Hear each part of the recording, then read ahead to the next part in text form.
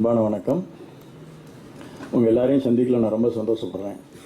இதுக்கு முன்னாடி நிறையா பத்திரிகையாளர் சந்திப்பு நடந்திருந்தாலும் எனக்கு இந்த மேடை கிடைக்கிறதுக்கான ஒவ்வொரு வாய்ப்பும் உங்களால தான். அடுத்த சந்திப்புக்கும் நீங்கள் இந்த இதில் எங்களை அங்கீகரிக்கிறது தான் எனக்கு இன்னொரு சந்திப்புக்கான வாய்ப்பும் கிடைக்கும். பொதுவாகவே பத்திரிகை, ஊடகம், இணையதளம் இந்த மூணும் சேர்ந்தால் இந்த நாட்டையே மாற்றிட முடியுன்றதை சமீபத்தில் ப்ரூவ் பண்ணியிருக்கீங்க. சினிமாவுக்கு நீங்கள் ரொம்ப இம்பார்ட்டன்ட். நீங்கள் தான் பெரிய பில்லராக இருக்கீங்க. பெரிய பட்ஜெட் படங்கிறது ஒரு பெரிய ஏக்கரை கணக்கில் இருக்கிற பூந்தோட்டம் மாதிரி. தூரமாக இருந்து பார்த்தாலே தெரிஞ்சிடும். சின்ன படங்கிறது ஒத்த ரோஸ் மாதிரி. நாங்கள்லாம் ஒத்த ரோஸ் வச்சுக்கிட்டு அலையிறோம். போன வருஷத்தில் ஜெயித்த எல்லா படமே ஒத்த ரோஸ் படம் தான். கதையை ஸ்கிரிப்டாக வச்சுக்கிட்டு ஆர்டிஸ்ட் வேலை இல்லைனாலும் கதையை ஹீரோவாக்கி அழகாக மெரினா பசங்க நடுவில் கொஞ்சம் பக்கத்தை காணும். அப்படி எல்லா படங்களையும் நீங்கள் தூக்கி பிடிச்சிருந்த விளைவுதான் அதெல்லாம் சிகரம் தொட்டுச்சு. அந்த வரிசையில் காதலை தவிர வேறுண்டாலையும் அந்த கதைக்களத்தில் வந்து ஒரு படமாக உங்கள் முன்னாடி நான் வச்சுருக்கேன். காதலை தவிர வேறொன்றும் இல்லை அப்படின்னு டைட்டில் வைக்கும்போதே எனக்கு ஒரு டவுட் இருந்துச்சு. மறுபடியும் ஒரு காதலை மையப்படுத்தின படமாக இதை வந்து டோட்டலாகவே ஒரு லவ் சப்ஜெக்ட் மாதிரி ஃபோக்கஸ் ஆகிருமோ அப்படின்ட்டு. ஆனால் அது ஒவ்வொரு கதைக்களத்துக்குள்ளே போகும்போது அந்த தலைப்பை ஒட்டியே வந்துச்சு. அதனால தான் அந்த தலைப்பை நாங்கள் வச்சோம். ஓவரால் கண்டென்ட்டாக நாங்கள் பார்க்கும்போது நினச்சது உலக அதிசயங்கள் 7 அப்படிம்பாங்க. அது எல்லாமே மனுஷங்களால் கண்டுபிடிச்சது, அடையாளப்படுத்தப்பட்டது. லவ் மட்டும்தான் இயற்கை நமக்கு கொடுத்த கிஃப்டாக நாங்கள் ஃபீல் பண்ணோம். அப்போ காதலை தவிர வேற ஒன்றும் இல்லை உலக விஷயம் அப்படின்ற மாதிரி ஒரு விஷயம் வச்சோம். இது ஓவராலாக வச்சு படத்தில் வந்து நல்ல விஷயம் இருந்துச்சு. பொதுவாகவே லவ்ங்கிறது ஒரு அற்புதமான விஷயமா நமக்கு கிடைச்சிருக்கு. மற்ற எல்லா ஃபீலிங்ஸோட இது ரொம்ப அற்புதமான விஷயம். லவ் நிறைய பேரை பைத்தியமாக்கியிருக்கலாம். ஆனால் லவ்னு ஒன்று இல்லைன்னா மொத்த பேருமே பைத்தியமாக இருந்திருப்போம்னு நினைக்கிறேன். அவ்வளோ ஒரு அற்புதமான விஷயமா கிடைச்சிது. அதனால் அந்த கதைக்களத்தை வச்சு படம் பண்ணலான்னு நினைக்கிறப்போ யூஸ்வலாக லவ்வுக்கு நிறைய பிரச்சனை வரும். அந்த பிரச்சனை எப்படி ஃபேஸ் பண்ணுறாங்க அப்படிங்கிற அந்த லைனை வச்சு எல்லாம் பண்ணிக்கிட்டு இருந்தோம். இது பிரச்சனையில் இருக்கிற 2 பேரை லவ் எப்படி சேவ் பண்ணுது. ஒரு 5 வயசு பையன், அவனை வந்து லவ் டிஸ்டர்ப் பண்ணுது. அவன் ஒரு லவ்னால ஒரு குடும்பமே பாதிக்கப்படுது. அதில் அந்த பெயினோட வாழ்கிற ஒரு பையன் இவன். அந்த கேரக்டர் நான் அற்புதமாக வாழ்ந்திருக்கான். அவன் வந்து எனக்கு உண்மையிலேயே நான் விஜய் சாரை வச்சு 3 படம் பண்ணியிருக்கேன். தம்பி வச்சு நினைத்தேன் வந்தால் பிரியமான ரசிக்கிறேன். அப்படி ஒரு ஹீரோயிஸ் பேஸ்லேயே வளர்ந்துருந்தாலும் இந்த சின்ன பசங்களோட விளையாடும் போதும் எனக்கு இவன்கிட்ட பிடிச்சதே ஒரே விஷயம் தான், பங்க்சுவாலிட்டி. தம்பி அதே மாதிரி தான். முதல் நாள் போகும்போது காலையில் எத்தனை மணிக்கு வரணும் அப்படின்னா 7 மணி 6:55 செட்டுக்குள்ள வருவேன். அதே பேட்டர்னில் எனக்கு கிடைச்ச ஒரு தம்பி டைமிங் அவ்வளோ பர்ஃபெக்டாக ஃபாலோ பண்ணுவார். அதே மாதிரி முதல் நாள் வந்தேன்னு சொன்னேன், மேக்கப் கிடையாதுப்பா அந்த படத்தில். ஏன்னா நீ வந்து உன்னை அலங்கரிச்சிக்கக்கூடிய அளவுக்கு ஒரு கேரக்டர் கிடையாது. நீ மனசுக்குள்ள ஒரு வழியோடு வாழ்றேன். உனக்கு இன்னைக்கு இந்த சட்டை போடலாம், மேட்சிங்காக ட்ரெஸ் போடலாம், மேட்சிங்காக வாட்ச் போடலாம், எதுவுமே இருக்காது. நீ ஒரு அழுக்கான ஆனால் ஒரு சமூகத்தில் வாழ்ற ஒருத்தனை. கண்ணாடியை பார்க்கவே இல்லை படம் போகிறான். காலைல அவன் எப்படி வரணும் அப்படியே இருப்பான் சாயங்காலம் வரைக்கும். அது எனக்கு பாவமாக இருக்கும். கண்ணாடியாவது காட்டுங்கடா, அவன் தலை சிவாட்டி பரவாயில்ல அப்படின்னு. அந்த அளவுக்கு அந்த கேரக்டரில் ரொம்ப வாழ்ந்தான். ஒரு கண்டினியூட்டிக்கு ஒரு செருப்பு கொடுத்துருந்தான். அது அந்து போய் சொன்னான், நான் தைச்சிக்கிறேன் சார். நான் பேரை வாங்கிக்கலாண்டான. இல்லை அது மறுபடியும் பார்த்தா புதுசாக தெரியும் அப்படின்ற அளவுக்கு அந்த கேரக்டர் ரொம்ப உள்வாங்கியிருந்தான். எனக்கு இந்த படத்தை கிடைச்ச பெரிய ப்ளஸ்ஸாக நான் நினைக்கிறேன். ரொம்ப டெடிக்கேட்டட் பர்சன். அப்புறம் இந்த கதைக்களத்தில் ஹீரோயின் அப்படின்னு நான் முடிவு பண்ணும் பொழுது, நான் கதை சொல்லும் பொழுதே யார்கிட்டையாவது சொல்லும் பொழுதே சரணியா 3 விஷயம் சொல்லிட்டு இருக்கேன். ஏன்னா ஸ்கிரிப்ட் ஓரியன்ட், இதில் கிளாமர் கிடையாது. நான் நினைச்சாலும் பண்ண முடியாது. அப்படி ஒரு கதைக்களம். அப்போ சரணியா 3 தான் என் மைண்டில் இருந்தாங்க. நான் வந்து ஃபோனில் தான் கதை சொன்னேன். இந்த மாதிரிமா ஒரு கதை இப்படி இருக்குது, இப்படி ஒரு பெயினோட இருக்குது அப்படின்னு, கண்டிப்பாக நான் பண்ணுறேன் அப்படின்னு சொல்லி கதையை அக்செப்ட் பண்ணிட்டு வந்து பண்ணாங்க. எனக்கு ரொம்ப, அதாவது நான் ரொம்ப சிம்ரன் எல்லாரோடையும் ஒர்க் பண்ணியிருக்கேன். எனக்கு சரணியோட பிடிச்சது என்னென்னா, நமக்கு வீட்டில் இருக்கிற ஒரு பொண்ணு, ஒரு ஆர்டிஸ்டாக நான் ஒரு நாள் கூட பார்க்கல, எங்கேயுமே பார்க்கல. இன்னும் சொல்ல போனால் கேரவன் கடைசி வரைக்கும் கேட்கவே இல்லை என்கிட்ட, நானும் கொடுக்கல. ரொம்ப காம்பேக்டாக எந்த இடத்துல ஒர்க் பண்ணாலும் அவங்களுக்கு எந்த ஃபெசிலிட்டிஸும் எதிர்பார்க்காம அந்த கேரக்டர் என்ன, அவங்களுடைய போர்ஷன் என்ன ரொம்ப அழகாக பண்ணாங்க. அதான் அவங்க இந்த படத்தில் ரொம்ப டிஸ்டர்ப் ஆகும். ஏன்னா ஒரு பிளே சென்டரில் கொண்டு விட்டுட்டேன் நான். அதில் இவங்கெல்லாம் இப்போ நீங்கள் பார்க்குற ஆர்டிஸ்ட், இதில் பார்க்காத ஆர்டிஸ்ட் 4-5 பேர் இருக்காங்க. 2 வயசு 3 வயசுலாம் இருக்குது. அதை கூட்டிகிட்டு வர முடியல. பட்டு சேட்டைகளாக இருக்கும். இவங்க பாவம் சாக்லேட்டை கையில் வச்சுக்கிட்டே உட்காந்துட்டே இருப்பாங்க. சாக்லேட் தூரம் கிண்டர் ஜாய் தூரம் அவனை நடிக்க மாட்டாங்க, தூங்கிடுவான். சில பேர் டைலாக் சொல்கிறான்னா அதில் ஒருத்தன் வெட்டின்னு ஒரு பையன் இருப்பான். டைலாக்லாம் கேட்டுக்குவான். கிண்டர் ஜாய் ரெடியா அப்படிமா, வாங்கி வச்சுட்டு பேசுகிறா, நீ கொடு நான் பேசுகிறேன்மா. அப்புறம் வாங்கி வச்சுட்டு பேசுகிறா, சாப்பிட்டுட்டு பேசுமா அப்படிமா. சரி சாப்பிட்டுட்டாவது பேசுகிறா, சாப்பிட்டுட்டு வாய் வலிக்குதுமா.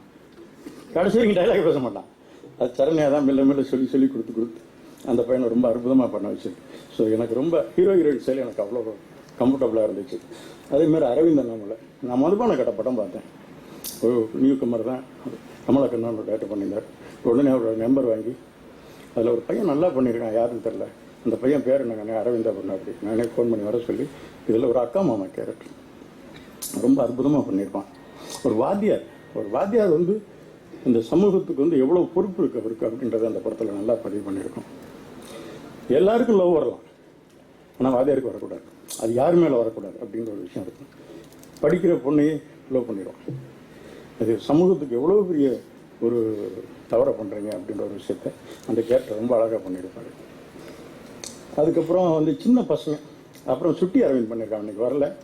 சுட்டி அரவிந்த் அந்த நல்ல கேரக்டர், சனகமோட ஃப்ளாஷ்பேக்கில் வர வந்து இன்னொரு கேரக்டர் இன்னும் வர முடியல, எனக்கு ஷூட்டிங் பாவம். விமான அண்ணாச்சி, விவேக், கவுண்டமணி அண்ணன், செந்தில் அண்ணன், வடிவேல் அண்ணன் எல்லாரோடையும் ஒர்க் பண்ணியிருக்கேன். விமான் எனக்கு இந்த கதைக்கான ஒரு கரெக்ட் ஃபிட்டிங்காக இருந்தார். அந்த திருநெல்வேலி ஸ்லாங் டியூஷன் மாஸ்டராக வந்துட்டு இந்த பசங்களெல்லாம் மேய்க்கிறது ரொம்ப அற்புதமான ஒரு கேரக்டர் வந்திருக்கு. அவருக்கு இந்த படம் ஒரு பெரிய படமாக இருக்கும். அப்புறம் தீப்பட்டி கணேஷ், இவங்கெல்லாம் மெயின் ஆர்டிஸ்ட் வந்தாலும் இந்த பசங்க இந்த டியூஷன் சென்டருங்கிற ஒரு களம் வந்து சென்னையில் ரொம்ப அற்புதமான ஒரு களம். நான் படத்தோட பிகினிங்கில் அதான் சொல்லியிருப்பேன். எல்லாரும் நீங்கள் இப்போ நம்ம இருக்கணும், நம்ம எல்லாரும் காலைல வேலைக்கு கிளம்பும் போதே ஃபோன் எடுத்து டென்ஷனில் கத்திக்கிட்டே தான் போகிறேன். வந்துட்டேங்க, என்னப்பா இதை கிளம்பிட்டு இருக்கோம்ல, நான் வந்துட்டே இருக்கலாம், எதுக்கு அப்படியான டென்ஷனில் நானும் எல்லாரையும் பார்த்தேன். விட்டுட்டு வெளியே போகும்போதே ஃபோன் அலறுது, அடிக்குது, ஃபோனை போட்டு உடைக்கிறையும் பாதி பேர் இருக்கான். ஆனால் எந்த டென்ஷனும் இல்லாமல் காலைல டியூஷன் சென்று கல்வி முன்னாடி யூனிஃபார்மோட போகிற பிள்ளைகளை பார்த்துட்டு அப்படியே ஏரில் பறந்துக்கிட்டே போவான். போதும் நம்மளுக்கு அந்த பசங்களுடைய வாழ்க்கையை எவ்வளோ அழகாக பதிவு பண்ணோம். அதில் கிடைச்சது அந்த அபின்ற ஒரு கேரக்டர். அவனுக்கு டைலாக் சொல்லி கொடுக்கும்போது எந்த பாருங்க, போலீஸ் உட்கார அப்படின்னா காலாட்டிட்டு உட்காந்துருந்தான். அது இயல்பா அவனே பண்ணது, நான் கூட சொல்லிக் கொடுக்கல. ஒரு போலீஸ் உட்காருன்ற பயம் இல்லை. ரொம்ப அற்புதமாக அந்த பையனை அவன் பதிவு பண்ணேன். ஸோ இந்த படத்தை பொறுத்த வரைக்கும் இது புது கதைக்களம், புதுசான ஒரு விஷயத்த சொல்லியிருக்கோம். உங்களோட சப்போர்ட் எங்களுக்கு ரொம்ப தேவைப்படுது. மற்றபடி மியூசிக் ஸ்ரீகாந்த் தம்பி, நான் ஆல்ரெடி முரட்டுக்கலை பண்ணியிருக்கேன். எனக்கு அப்பா தேவாசார் வந்து 5 படம், நித்தியானந்தா இருந்து எல்லா படம் அவர் தான் பண்ணியிருக்காரு. எனக்கு சாங்ஸை பொறுத்த வரைக்கும் என் படத்தில் இன்றைக்கும் பேசப்பட்ட அளவுக்கு ஒரு ஹிட் சாங் கொடுத்துருக்காரு. ஆனால் தம்பியோட நான் முரட்டுக்கலை பண்ணேன், எனக்கு எல்லா பாட்டும் அதில் ரொம்ப நல்ல பாட்டு. இந்த படத்தை பொறுத்த வரைக்கும் நோக்கியா பண்ண சாங் ஒரு அற்புதமான சாங். அப்புறம் குட்டி குட்டி தேவையும் ஒரு சாங்கு, அந்த தீம் ரொம்ப நல்லா பண்ணியிருந்தார்.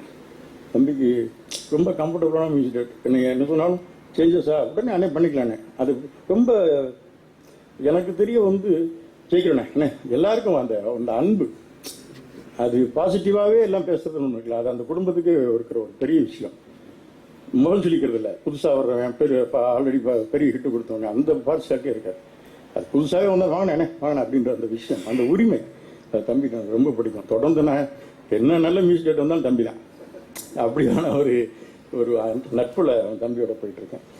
அப்புறம் எடிட்டர் பாலா, இங்கே கொஞ்சமாக தான் பேசினான், எடிட்டிங் ரூமில் நிறைய பேசுவான். அவ்வளோ நல்ல கேரக்டர், ரொம்ப நல்ல ஒர்க்கிங் பேட்டர்ன், ரொம்ப புதுசாக இருக்கும். இதெல்லாம் நீக்கமர் இந்த ஃபஸ்ட்டு படம் நல்லா பண்ணியிருக்கான். கேமரா பூபதி, இன்றைக்கி வர முடியல.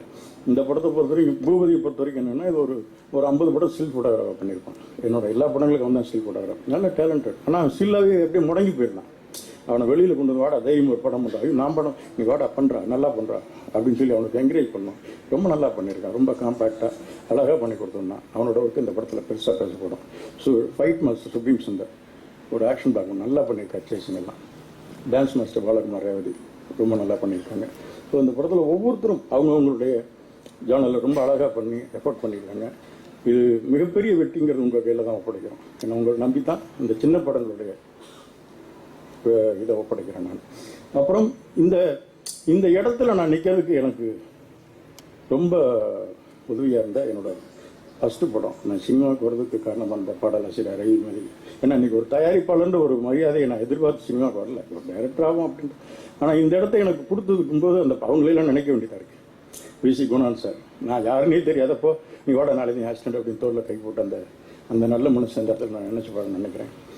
பாடலாசிரியர் அறிவுமதி அவர்கிட்ட கொண்டு சேர்த்தவர். அதுக்கப்புறம் என்னோட இதில் சீமா, நானும் அவனை ஒரே ரூம் மாட்டார், ஒரு சைக்கிள் எடுத்துகிட்டு சுற்றினேன். அந்த காலங்கள்லாம் இப்போ ஞாபகத்துக்கு வருது. இங்கே தயாரிப்பாளர் அனைத்தும் பொழுது சின்னதாய் கம்பெனியில் போய் ராசாமன் கதையை சொன்னப்போ கதை நல்லா இருக்குது, டைரக்டர் வேண்டாம் கதை மட்டும் கொடுக்குன்னு சொன்னப்போ முதல்ல மறுத்தோம். ஆனால் அந்த ஒரு பெரிய வாய்ப்பை கொடுக்குன்னு நினைக்கல. அப்போ அதுக்கு படத்துக்கு மணிவன் சார் டைரக்டர் வந்தார். நாங்கள் கதை. அப்போ மணிவன் சார் எங்களுக்கு குருவானார். அவர்கிட்ட இருந்த காலங்கள் பொற்காலங்கள். இன்னைக்கு இந்த மேடையில் நான் நிற்கும்போது அவர் இல்லை. இந்த படத்தோட நான் இந்த படத்தில் தான் வெளியீட்டுல வைக்கல. ஏன்னா நான் அவரை வச்சு தான் பிளான் பண்ணியிருந்தேன். ஃபஸ்ட்டு படம் பண்ணுறோம், அவரை வச்சு தான் பண்ணணும்னு நினச்சிருந்தேன். அவர் இல்லாதனால வெளியீட்டுல வேணாம், சும்மா மட்டும் பண்ணிடுங்க அப்படின்ட்டு. எங்கள் அப்பாவை நினைக்காம என்னால் இருக்க முடியாது. மிகப்பெரிய தொழிலை கற்றுக் கொடுத்துட்டு இந்த இடத்துலையும் யார் இல்லைனாலும் கவலைப்படாரா, படாரா, ப்ரொடியூசர் டைரக்டராரா அப்படின்ற ஒரு நல்ல நல்ல விஷயங்களை எங்களுக்கு கற்றுக் கொடுத்து, வெறும் சினிமாவை கற்றுக் கொடுக்காம அரசியல், சமூகம் எல்லாத்தையும் கற்றுக் கொடுத்த ஒரு மனிதன். இந்த நேரத்தில் அவரை நான் நன்றியோட நினச்சி பார்க்குறேன். அப்புறம் நான் ஃபஸ்ட்டு படம் பண்ணுறேன் அப்படின்னு என்னோட எல்லாருமே இந்த படத்தை வந்து அவங்கவுங்க படமாக நினச்சி வேலை செஞ்சாங்க. அது எனக்கு ரொம்ப பிடிச்சது. அவர் ஒரு பீரியடில் தயாரிப்பு நான் இறங்குறேன்னு சொன்னப்போ என்னோட பள்ளி நாட்களில் நான் 10th படிக்கும்போது என் கூட படித்த 2 பேர், தனபதி நல்ல சொல்லு, பேப்பர் செய்தியை பார்த்துட்டு படம் எடுக்கிறியா, எப்பரா படம் எடுப்பேன், இல்லை இறங்கிட்டேன், தைரியமாக தான் இறங்கி நான் இருக்கேன்டான்னு சொல்லி அவங்களா வந்து என்னை என்கரேஜ் பண்ணி இந்த இடத்து வரைக்கும் கொண்டு வந்துருக்கேன். அவங்களுக்கு இந்த நேரத்தில் நன்றியை தெரிவிச்சுக்கிறேன். ஸோ இந்த படம் முழுக்க முழுக்க ஒரு யதார்த்த கதைகளத்தோடு உங்கள்கிட்ட கொடுத்துருக்கேன். என்னுடைய வெற்றி உங்களுக்கு நன்றி. வணக்கம்.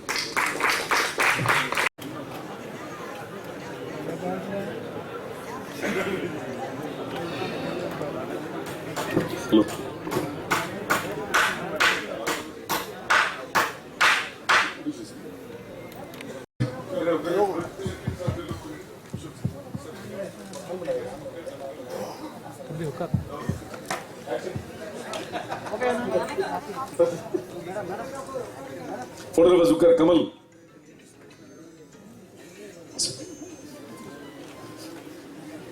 सत्य कर्म,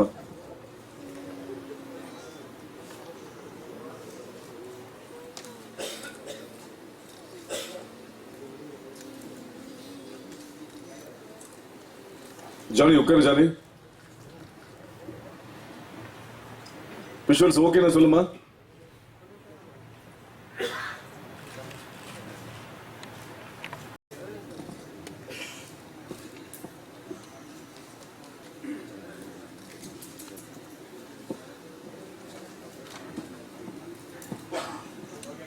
ஓகே ஓகே. எல்லோருக்கும் வணக்கம்.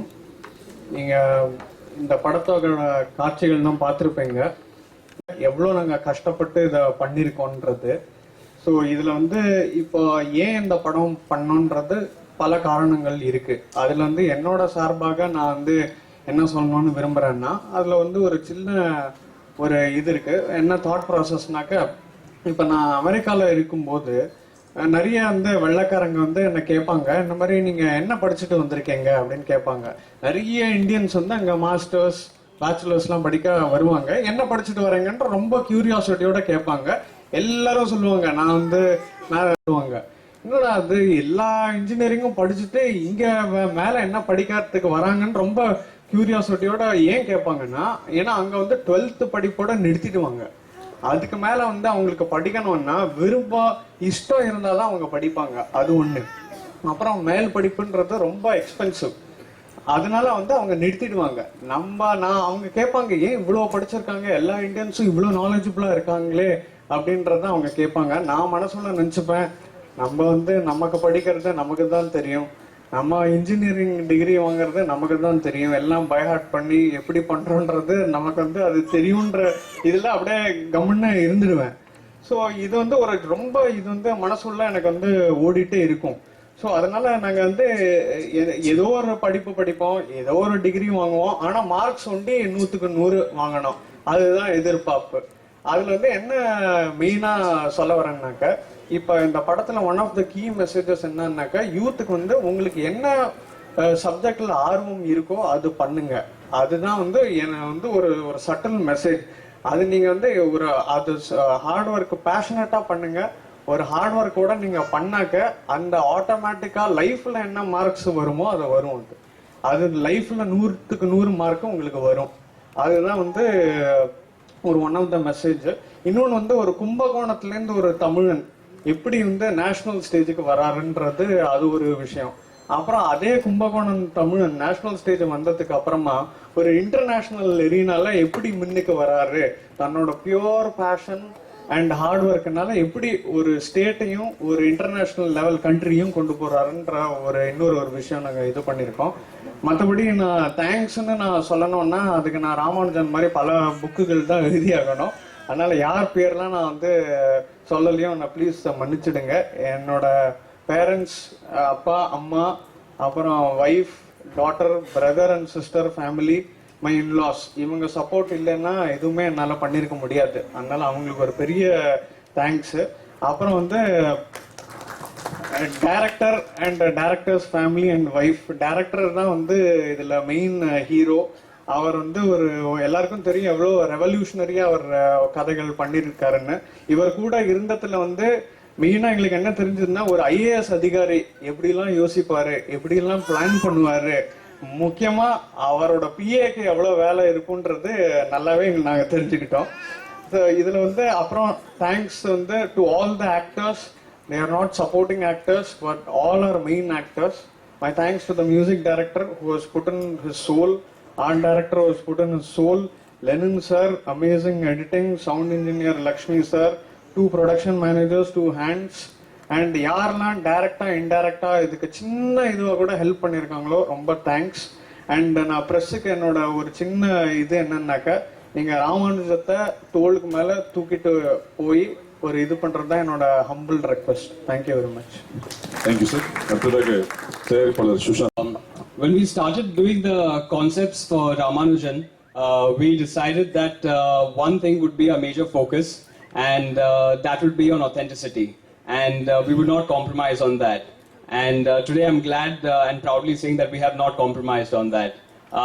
This is why we have taken the journey of Ramanujan. We have actually followed Ramanujan's historical footprint from Kumbakonam all the way to Cambridge, to his house in Kumbakonam, to the temples of Namakkal, to the colonial houses, buildings of old Madras, all the way to Cambridge, to the lawns of Cambridge, to the arches, the chapels, the dining halls.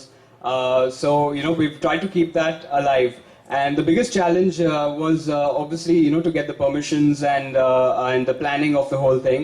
But the bigger challenge was actually executing it, because shooting in the real locations means you're shooting in a museum. And we had to be careful, with the lights, with everything, so as to not harm the museum that was there of Ramanujan. And also, when the producers take such a big initiative and, they put so much passion into it, it seeps into every different department of the film. So everybody puts in their best, and that is what has happened in this film. Ramanujan எடுத்தோம்னா ஒரு உண்மையான தமிழ் ஹீரோடைய கதையை தமிழ் மக்களுக்கு கொண்டு போகணும்னு நாங்க இந்த படத்தை எடுத்திருக்கோம். இந்த படத்தை எடுக்கிறதுக்கு எவ்வளவு கஷ்டம்ன்றது எல்லாருமே சொன்னாங்க. ஸோ நாங்க இந்த படத்தை ரொம்ப சிரமப்பட்டு எடுத்திருக்கோம். இந்த படத்தை எவ்வளவு ப்ரொமோட் பண்ண முடியுமோ, எவ்வளவு ராமானுஜனோட கதையை ப்ரொமோட் பண்ண முடியுமோ நாங்க இது வரைக்கும் பண்ணியிருக்கோம். ஆனா இதுக்கு மேல நீங்க தான் எங்களுக்கு சப்போர்ட் பண்ணணும், ஹெல்ப் பண்ணணும், ஆதரவிக்கணும். இந்த படத்தை மக்கள் கிட்ட கொண்டு போறது இனிமே உங்க கையில தான் இருக்கு. ஸோ ப்ளீஸ் இந்த படத்துக்கு தேவையான இந்த ராமானுஜனோட கதையை தமிழ் மக்களுக்கு கொண்டு போறதுக்கு நீங்க தயவு செய்து ஹெல்ப் பண்ணுங்க. ரொம்ப நன்றி. நன்றி. அடுத்ததாக கலை இயக்குனர் குறிப்பு சார். முகமுள்ளேருந்து நான் எடிட் பண்ணிட்டு இருக்கேன். இந்த படத்தில் ரொம்ப ஹை அபோவ், அவர் டெக்னிக்கலாகவும் ரொம்ப அட்வான்ஸாக அவர் பண்ணியிருக்கிற ஒரு விஷயம்.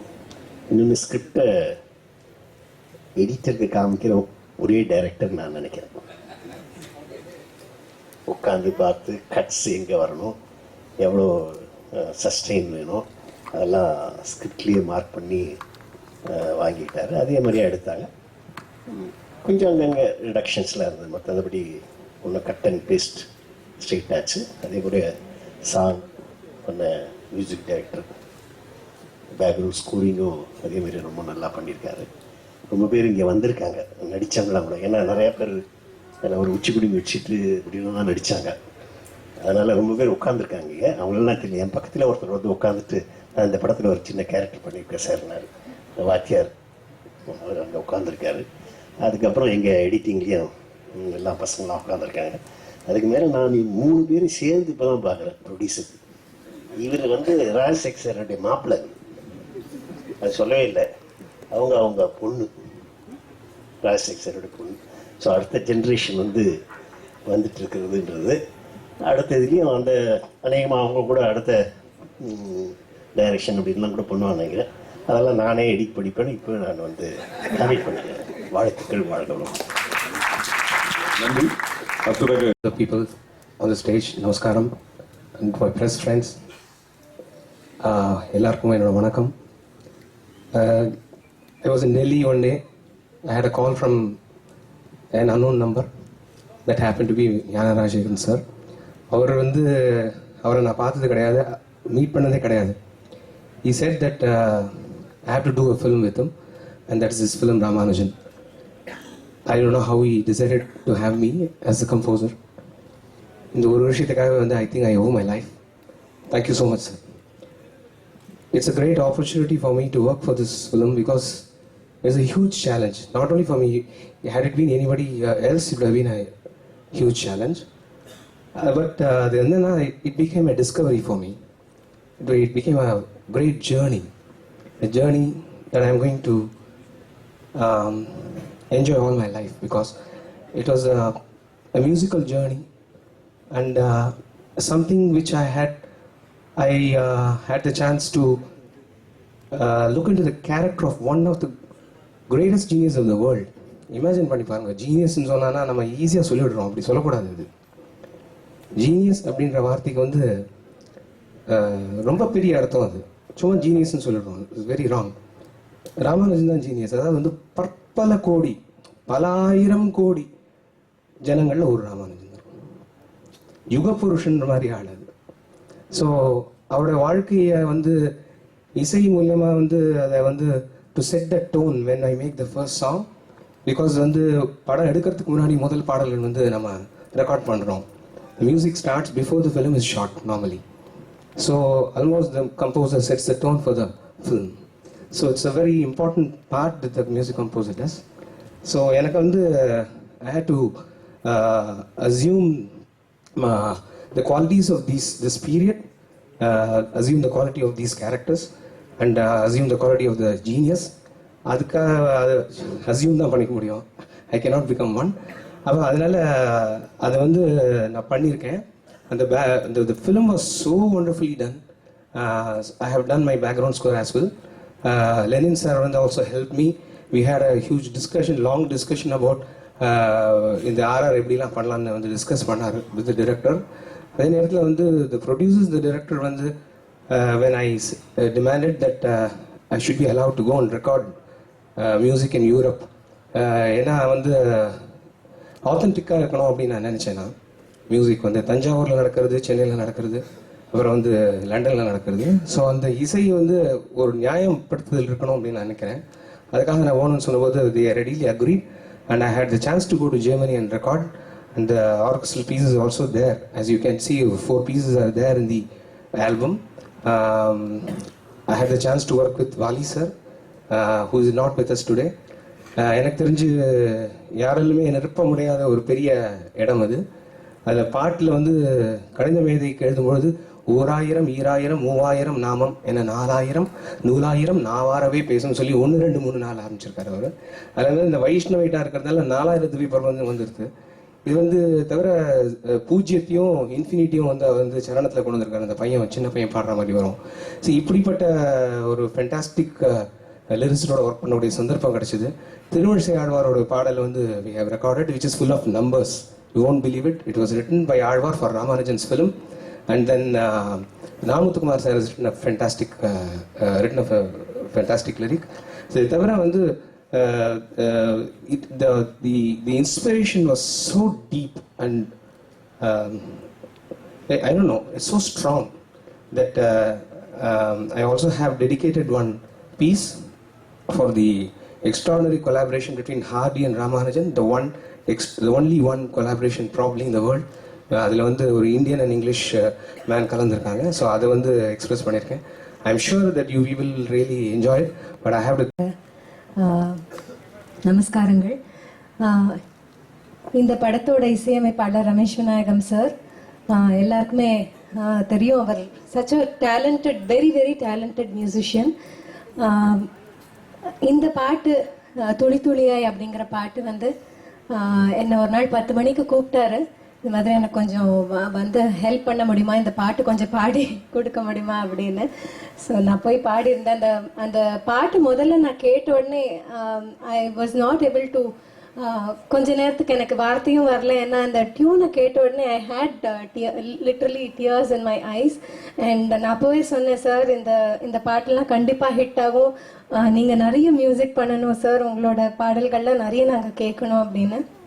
So I'm very, very fortunate and lucky to have sung this song with Ramesh sir, and I take this opportunity to thank Nyan Rajashekar sir for having me associated also with this movie, and all the producers and all the crew members. Thank you so much. Thank you. சின்ன ராமானுஜன் நடித்திருக்கும் இந்த ஃபில்மில் நான் young ராமானுஜம்னா act பண்ணியிருக்கேன். நான் எல்லாருக்கும் thank you சொல்ல விரும்புகிறேன். இந்த film ரொம்ப சூப்பராக இருக்குது, எல்லாமே போய் பார்க்கணும்.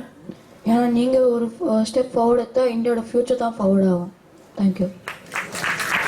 நன்றி. அனைத்து ஊடக நண்பர்களுக்கும், என் ஆர்வலர் நண்பர்களுக்கும், இந்த மேடையில் விட்டிருக்கும் ஜீனியஸ்க்கும், அனைத்து ஜீனியஸ் அவர்களுக்கும், எல்லாமே ஒரு வகையான ஜீனியஸ். அதே மாதிரி இந்த விழாவுக்கு வந்திருக்கும் அனைவருக்கும் என்னுடைய முதலில் என்னுடைய நன்றி கலந்த வணக்கம். உண்மையிலே பொதுவாக இன்னைக்கு இருக்கிற இளைஞர்கள் ரொம்ப ஜென்ரேஷன் கேப்னு சொல்லி நாம் அவங்களுடைய செயல்பாடுகளில் குறைகளையும் குற்றங்களையும் கண்டுகிட்டு இருக்கோம். அதே நேரத்தில் பயந்துக்கிட்டு இருக்கோம். எங்கே நம்மளுடைய இந்த மாதிரி ஜாம்பவான்கள், இந்த மாதிரி முன்னோடிகளை எல்லாம் இப்போ இருக்கிற இளைய தலைமுறை மறந்து விட்டு போய் கொண்டிருக்கிறது, ஜென்ரேஷன் கேப் நிறையா இருக்குன்ற அச்சங்கள்லாம் நிறைய பேருக்கு இருந்தது. ஆனால் அதையெல்லாம் போக்குற விதமாக இந்த படத்தினுடைய தயாரிப்பாளர்கள் பார்த்தீங்கன்னா 4 பேருமே உண்மையிலே இளைஞர்கள். அது ரொம்ப பெருமைக்குரிய விஷயம். அந்த 4 இளைஞர்களும் ஒன்று சேர்ந்து தயாரித்திருக்கிற ஒரு படம் ஒரு இன்னைக்கு உலக மகா ஜீனியஸ் ராமானுஜத்தினுடைய சுயசரிதை. உண்மையிலே ரொம்ப ஹாட்ஸம். உண்மையிலே இந்த மேடையில் அவங்க நான் தலை வணங்குகிறேன். டைரக்டர் ஞான ராஜசேகர் சார் அவர் எல்லா நம்மளுடைய சரித்திர நம்ம தமிழ் உலகத்தினுடைய அனைத்து சரித்திர நாயகர்களுடைய அனைத்து ஜீனியஸ்களையும் அவங்களுடைய வாழ்க்கை சரித்திரத்தை படம் எடுத்து அவன் ஜீனியஸ் ஆகிட்டு இருக்கார். பாரதி, பெரியார், இப்போ ராமானுஜர், இப்படி அவ்வளோ. அது மிக அவர் கூட நான் இந்த 3 படங்களை நான் ஒர்க் பண்ணியிருக்கேன். உண்மையிலே அவர்கிட்ட ரொம்ப பிடிச்ச விஷயம் இந்த டெடிக்கேஷன், காம்ப்ரமைஸ் இல்லாமல் ரொம்ப டெடிக்கேட்டடாக, சின்சியராக, ஹானஸ்டாக அவர் அந்த படைப்புகளை உருவாக்குறாரு. உண்மையிலே இன்னைக்கு இருக்கிற காலகட்டத்தில், இன்னைக்கு இருக்கிற திரையுலகில் மிகச்சிறந்த மரியாதைக்குரிய இயக்குனர். அதே மாதிரி அவருக்கு பின்னாடி இருக்கிற லெனின் சார் சொல்ல வேண்டாம். நான் உண்மையிலேயே இந்த சினிமா துறையில் நிறைய கடவுள்களை பார்த்துக்கிறேன். அது மாதிரி ஒரு மனித கடவுள் அவர் இந்த படத்துக்கு எடிட்டிங் பண்ணியிருக்காரு. ரொம்ப சிறப்பாக இருக்குது. இப்போ பார்த்தோம், ட்ரெய்லர்லாம் பார்த்தோம், பிரமிப்பாக இருக்குது. இந்த படம் வெற்றி அடையணும். அது இந்த படத்தினுடைய அவங்க தான் சொன்னாங்க அந்த கான்செப்ட். அதாவது ஒரு ராமானுஜம் எங்கேயோ கும்பகோணத்தில் எங்கேயோ பிறந்து அவர் வளர்ந்து புறக்கணிக்கப்பட்டு அதுக்கப்புறம் அவர் ஒரு இந்தியாவில் பேர் வாங்கி அதுக்கப்புறம் உலக புகழ் வாங்கி அப்படின்ற ஒருத்தருடைய ஜீனியஸ் இன்னைக்கு நமக்கு அறிமுகப்படுத்துகிறாங்க. ஏன்னா அந்த மாதிரி ஒரு கேப், ஜென்ரேஷன் கேப். அதனால் நம்மளுடைய கடமை, நம்ம ஊடகங்களுடைய கடமை. ஏன்னா ஊடகங்கள் நினைத்தா என்ன வேணால் செய்யலாம். அது சொல்ல மண்ணை கூட பொண்ணாக்குவாங்க, பொண்ணை மண்ணாக்குவாங்க. அந்த மாதிரி இந்த படத்தினுடைய ப்ரொமோஷன் உங்கள் கையில் இருக்குது. இது நீங்கள் இந்த மீடியாவுக்கு செய்ய வேண்டிய நன்றி கடன் என்று சொல்லிக்கொண்டு விடைபெறுகிறேன். நன்றி. நன்றி சார். நடிகர் சரத் பாபு சார். எல்லாருக்கும் வணக்கம். முக்கியமாக என்னுடைய பத்திரிகை நண்பர்கள், ஊடக நண்பர்கள் அனைவருக்கும் இந்த மாலை வணக்கம். இந்த ராமானுஜன், கணித மேதை ராமானுஜன் படத்தில் எனக்கு ஒரு நல்ல வாய்ப்பை கொடுத்த என்னுடைய இயக்குனர் திரு ஞானம் ராஜசேகர் அவர்களுக்கு இந்த மேடையில் நன்றியை தெரிவிச்சுக்கிறேன். எல்லாம் ஓகே. நல்ல கத்திரி வெயில்ல கும்பகோணத்தில் ட்ரெயினில் ஏற்றி விட்டாங்க. ராமானுஜன் பற்றி ஒன்றுமே தெரியாது. சின்ன வயசுல படிச்சிருக்கேன் ராமானுஜனை பற்றி. இறங்கினேன், ஸ்ட்ரைட்டாக ஒரு ஷூட்டிங் கூட்டு போய் வந்தவா ஒரு கேரவனில் உட்கார வச்சு ஒரு ஹேர் ட்ரெஸ்ஸர் கூப்பிட்டு வந்து ஃபஸ்ட்டு மொட்டை அடித்தாங்க. சரி, வாயை திறக்கல. அதுக்கப்புறம் கேரவன் இறங்கினா நிறைய மொட்டைகளாக அடிக்குது, யாரை பார்த்தாலும் மொட்டை. சரின்னு சொல்லி நடித்தேன். அதுவும் அந்த ட்ரெஸ் ஒன்று கொடுத்தாங்க, 120 years பேக். இல்லை, இந்த கோட்டு உள்ள ஒரு ட்ரெஸ்ஸு, அதுக்குள்ள ஒரு பைஜாமா, அது இருந்து பஞ்சகச்ச மாதிரி இந்த ட்ரெஸ், அதெல்லாம் கொடுத்தா சுவிட்சுக்கு போகிறது கூட 2 பேர் வர வேண்டியதாக இருக்கு. அந்த அளவுக்கு உள்ள வேகுது, வெளியில வெயில். ஆனால் ஒர்க்கு சூப்பராக நடக்குது. ஒர்க்கு பார்த்தீங்கன்னா பிளான் பண்ணபடி எவ்வளோ நாள் கால்ஷீட் வாங்கினீங்களோ 15 நாள்னா 15 நாள் பக்காவாக நடந்தது. லைஃப்பில் மறக்க முடியாத இந்த படத்தில் எனக்கு என்னன்னா, நான் ஃபர்ஸ்ட் டைம் இங்கிலீஷில் பேசி நடிச்சிருக்கேன். அதுவும் வந்து ஹாசினி மேடம் அவங்களுக்கு அவ்வளோ இங்கிலீஷ் டக்குனு கேட்டு அடிச்சிருந்தாங்க, நம்மளுக்கு உதறது ஒரு பக்கம். அதுக்கப்புறம் பார்த்தீங்கன்னா லண்டன்லேருந்து வந்து பிரிட்டிஷ் லேடிஸ் ஒரு 4-5 பேர் வந்து அவங்கெல்லாம் அப்படியே பார்க்குறேன் இங்கிலீஷ் பேசினா. I think mister Ramanujan has come. No no one more why I think Ramanujan அந்த ட்ரெண்டு ரொம்ப கஷ்டப்பட்டு நடித்தேன். பட் நல்ல பேர் கிடைக்கணும் நம்பி இருக்கு, உங்களோட ஆதரவு இருக்கு. இந்த படம் மாபெரும் வெற்றி அடையணும். இதுக்காக வந்து ஞானம் ராஜசேகருக்கும் எங்கள் ப்ரொடியூசர்ஸ் அத்தனை பேருக்கும், அதாவது ப்ரொடியூசர்ஸ்னா பணத்தை பற்றியே கவலைப்படல, ஒர்க்கு முக்கியம், ஒர்க்கு நடக்கணும். அதுக்காக வந்து நைட் அண்ட் இது ஒர்க் பிளான் பண்ணி லண்டனில் போய் 24 நாள் கால் ஷீட் எடுத்து லண்டனில் 24 days ஷூட் பண்ணி அதில் இருக்கிற அந்த பிரிட்டிஷர்ஸுக்கெல்லாம் தமிழ் பேச வச்சு, பக்காவாக தமிழில் பேச வச்சு, அவங்கள நடிக்க வச்சு 20 days படத்தை முடிச்சுட்டு வந்துட்டாங்க. 24 days கால் ஷீட் போட்டு 4 days 20 days முடிச்சிட்டாங்க. அந்த அளவுக்கு சாரோட வந்து பிளான், எவ்ரிதிங் பிளான். அந்த பிளான் தான் இந்த படத்தோட சக்ஸஸ். அதுக்கு உங்களோட ஆதரவு இருக்கணும். உங்களோட ஆதரவு தான் இந்த மிகப்பெரிய சக்ஸஸ் ஆகும். நன்றி, வணக்கம்.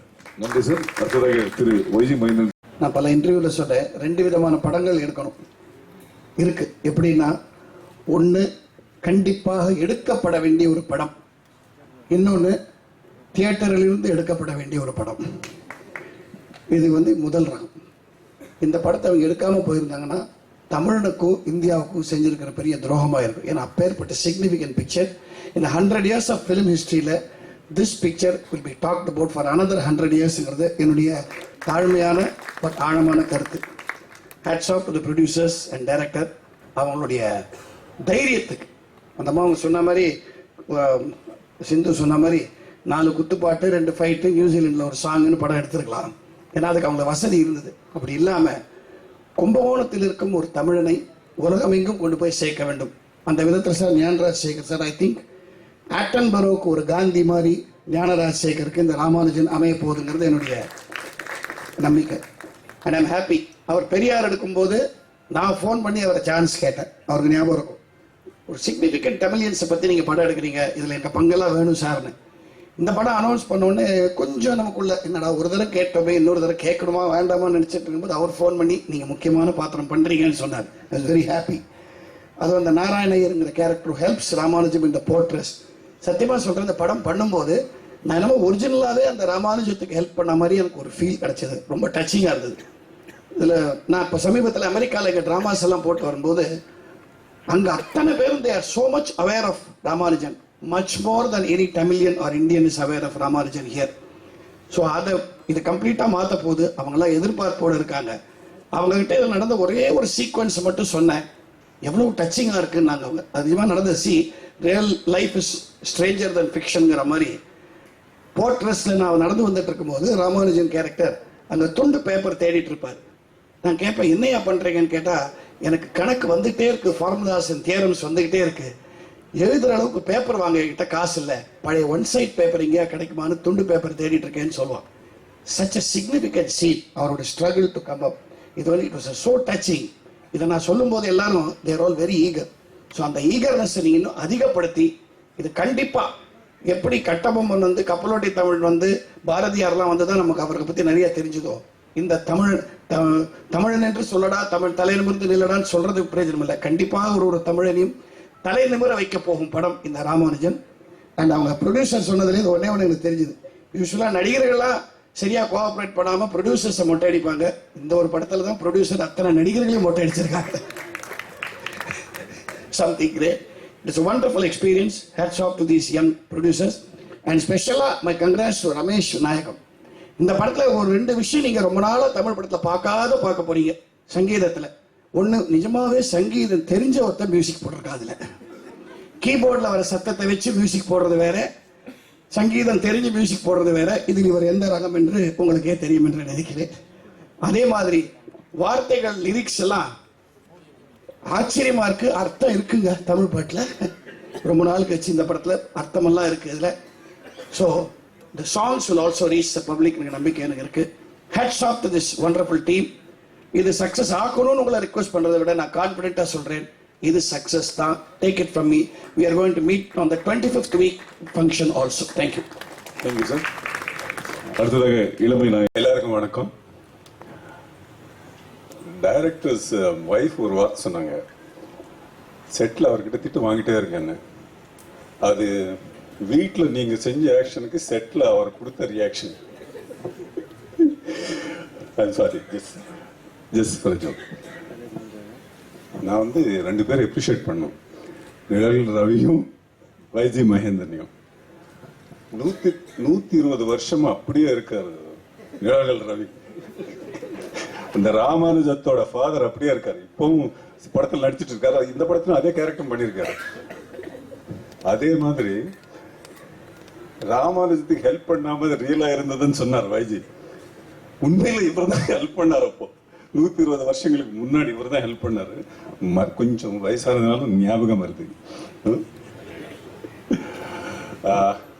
Thanks everybody. இந்த படத்துல நான் நடிக்கிறதுக்கு காரணம் மை ஃப்ரெண்ட் மிஸ்டர் லெனின். அவர் தான் ஃபர்ஸ்ட் ஃபோன் பண்ணார் எனக்கு, இந்த படத்தில் நீங்கள் நடிக்கிறீங்க. சரி, நான் நடிக்கிறேன். அதுக்கப்புறம் I met the captain of the ship mister Gnana Rajasekaran. அவரோட மீட் பண்ண பிறகு எனக்கு வந்து நிச்சயமாக இந்த படத்தில் நான் ஆக்ட் பண்ணி தான் ஆகணும்னு தோணுச்சு எனக்கு.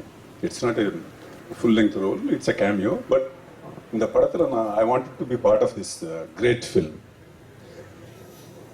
நம்ம ஸ்டேட்ஸ்லேயும் இந்தியாவிலையும், ஐ மீன் ரீஜனல் லாங்குவேஜஸ்லையும் நேஷனல் லாங்குவேஜ்லையும் இந்த ஸ்டேட் ரியல் லைஃப் ஹீரோஸ், ஒவ்வொரு ஸ்டேட்லையும் ரியல் லைஃப் ஹீரோஸ் எத்தனையோ பேர் இருக்காங்க.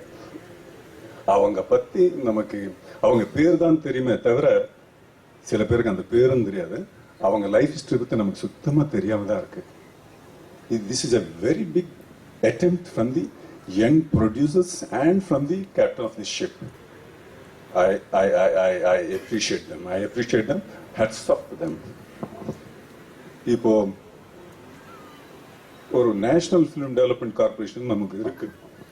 நேஷனல் ஃபிலிம் டெவலப்மெண்ட் கார்பரேஷன் அவங்க வந்து இந்த ரியல் லைஃப் ஹீரோஸ் பற்றி படங்களுக்கு வந்து அவங்க சப்போர்ட் பண்ணி ஆகணும்.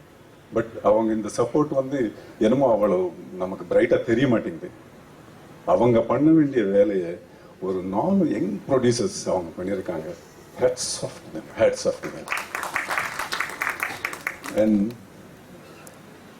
கும்பகோணத்தில் பிறந்த ஒருத்தரை பற்றி உலகத்துக்கு தெரிய வைக்கிறதுக்கு அவருடைய பேர் தெரியும், பட் அவருடைய லைஃப் ஹிஸ்டரி தெரியாம தான் இருக்கு நிறைய பேருக்கு. நமக்கே தெரியாம இருக்கு, நிறைய பேருக்கு நமக்கு தெரியாம இருக்கு.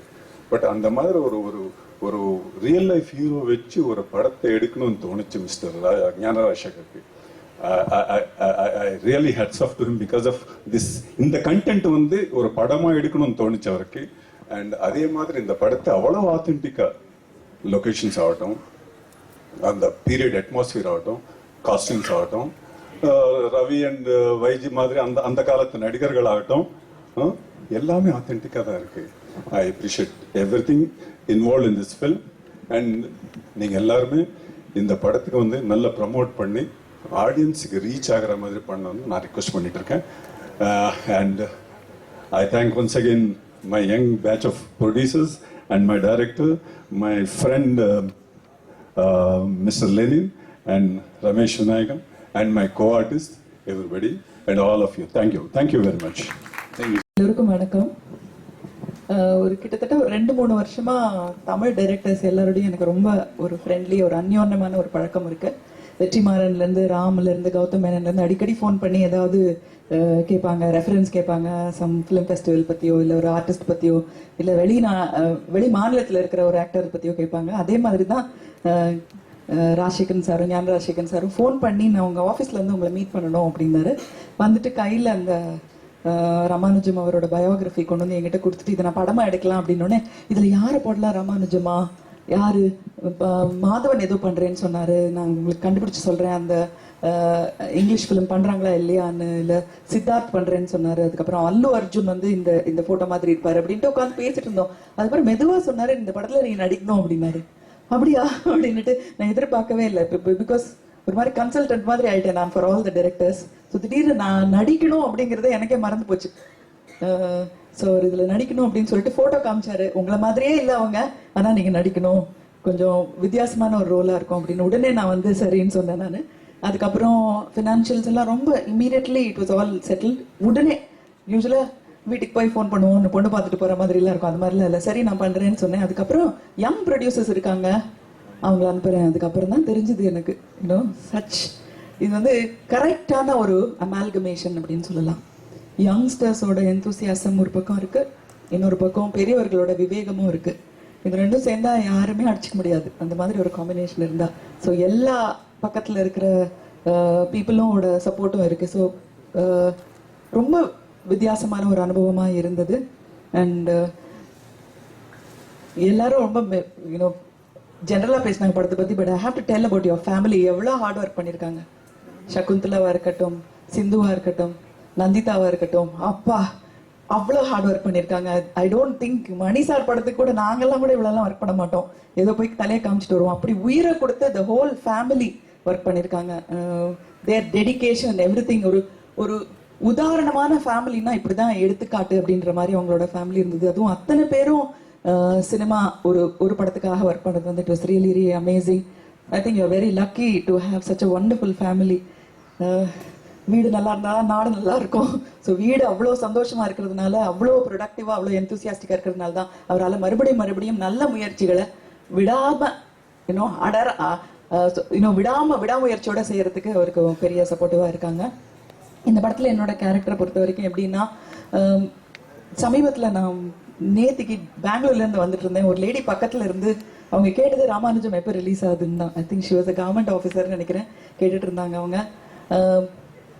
பிரசிடென்ட்ஸ் ஆஃபீஸ்லேருந்து எப்போவாவது சம் கான்டாக்ட் இருக்கு எனக்கு. அவங்க ஃபர்ஸ்ட் கேட்குறது how are you madam, Ramanujam எப்போ ரிலீஸ் ஆகுதுன்னு. அதனால பிரசிடென்ட்டுக்கு நீங்கள் நிச்சயமாக அந்த படத்தை போட்டு காட்டணும். நான் இன்னைக்கு கூட சொல்லிட்டு இருந்தேன், அந்த படத்தை போட்டு காட்டணும். ஸோ எல்லாருமே எங்கே வெளிநாட்டுக்கு போனாலும் வெளியூர் போனாலும் ராமானுஜம் எப்போன்னு எல்லாருக்கும் ரொம்ப ரொம்ப ஆசையோட ஆர்வத்தோட எல்லாரும் கேட்டுட்டே இருக்காங்க. இவங்களுக்கு ஒரு நல்ல பிளான் இருக்கு. ஃபர்ஸ்ட் வீக் வந்து எஜுகேஷன் இன்ஸ்டிடியூஷன் எல்லாரும் குரூப்பாக போய் பார்க்கணும், ஸ்டூடெண்ட்ஸ் எல்லாரும் போய் பார்க்கணும். அதுக்கு வந்து ப்ரெஸ் நீங்கள் வந்து பெரிய சப்போர்ட்டிவாக இருக்கணும். எங்களெல்லாம் கேட்டிருக்காங்க, நாங்கள் அதுக்கு சப்போர்ட் பண்ணுறோம்னு சொல்லியிருக்கோம்.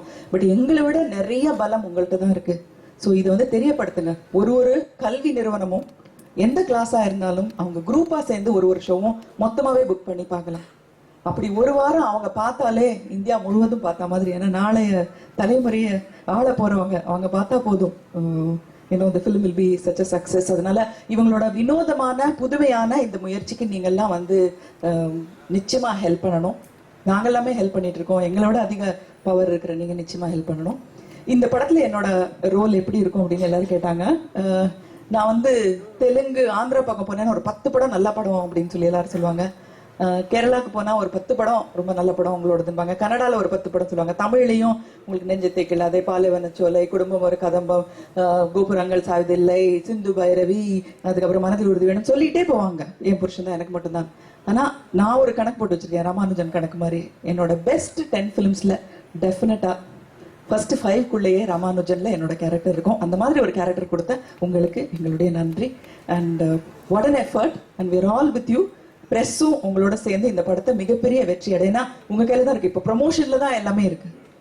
Everything is in hype.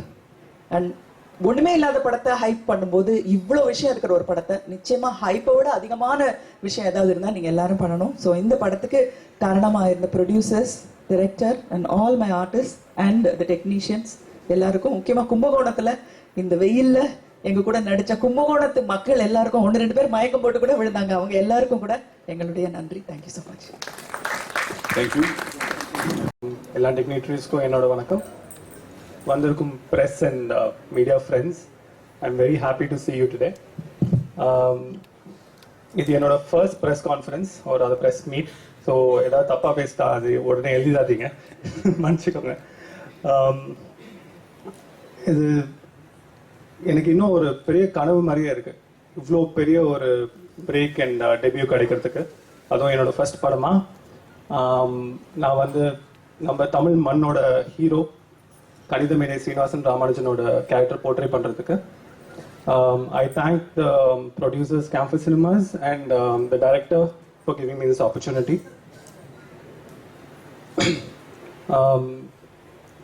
In the role and ivlo periya responsibility naane I was doubting myself whether I can do it, and illada nee vandu romba nalla panna mudiyum solli எனக்கு confidence கொடுத்து எனக்கு encourage பண்ணிட்டு என்னால் பண்ணணும்னு சொல்லி சொன்ன என்னோட டைரக்டருக்கு ரொம்ப ரொம்ப thank you sir. Thanks to all the co-artists and the entire team of Ramanujan. Team ன்னு சொல்றதோட ஒரு பெரிய ஃபேமிலின்னு சொல்லலாம். இங்க என்ன தவிர இங்க இருக்கிற எல்லாருமே are celebrities and stars by themselves. I'm the smallest person who's just starting off. And இங்க சுஹாசினி ஆண்டியாக இருக்கட்டும், I call all of them aunty and uncle, அந்த மாதிரி தான் நாங்கள் பழகி இருக்கோம். சுஹாசினி ஆண்டியாக இருக்கட்டும், இல்லை என்னோட சின்ன பையன் சொல்லலாம் சரத்பாபு அங்கிளுக்கு, ரமேஷ் நாயகம் sir, every artist over here, and especially YG Mahindra uncle. Thanks a lot. He was one of my guiding forces who taught me how to deliver dialogues. Dialogue delivery வந்து நீங்கள் வாங்கிட்டு டெலிவர் பண்ணு, இந்த மாதிரி நிறைய இன்புட்ஸ் கொடுத்துருக்காரு எனக்கு. நீங்களே பார்க்கலாம் படத்தில் வந்து first half before he comes and after we have combination scenes, அவர் கொடுத்த இன்புட்ஸ்னால I was able to perform much better. Thank you sir, ஒரு தேங்க்யூ அங்கிள். அவரோட மாப்பிள்ளையோட தம்பி நான். அண்ட் இந்த ஒரு ரோல் அண்ட் இந்த மாதிரி ஒரு டெபியூ அண்ட் இவ்வளோ பேரோட சப்போர்ட் ஓட நான் இந்த இண்டஸ்ட்ரியில் என்னோட ஃபர்ஸ்ட் ஸ்டெப் எடுத்து வச்சிருக்கேன். சினிமா இண்டஸ்ட்ரியிலையும் அண்ட் உங்கள் எல்லார் இதயத்திலும் என்னோட தாத்தா ஜெமினி கணேசன் அண்ட் சாவித்ரி பாட்டிக்காக ஒரு சின்ன ரிமெம்பரன்ஸ் அண்ட் சின்ன சாஃப்ட் கார்னர் இருக்கும். அண்ட் எல்லாத்தோட அதிகமாக அவங்களுக்கு ஒரு மதிப்பு இருக்கும். அந்த மதிப்பை நான் காப்பாற்றுவேன்னு நான் நினைக்கிறேன். அண்ட் அவங்களுடைய லெகசி நான் ஃபாலோ பண்ணணும்னு சொல்லணுன்னு எனக்கு ஒரு பெரிய ரெஸ்பான்சிபிலிட்டியாக இருக்கு. எல்லாருமே ரொம்ப ப்ரெஷர் எடுத்துக்கிறியா, ரொம்ப ப்ரெஷராக இருக்கு அவனுக்கு பண்ணுறதுக்கு, ப்ரெஷர்னு தான் சொல்கிறாங்க. ஆனால் எனக்கு ப்ரெஷர் வந்து நிறைய பேர் எடுத்துப்பாங்க, ஆனால் நான் கரெக்டான விதத்தில் ப்ரெஷர் எடுத்துக்கிட்டு அது நான் பர்ஃபார்மன்ஸை கன்வெர்ட் பண்ணியிருக்கேன் இந்த படத்தில். ஸோ ஹோப்ஃபுல்லி நீங்கள் எல்லாருமே பார்த்து ரசிப்பீங்கன்னு நினைக்கிறேன். I think I finish thanking everybody.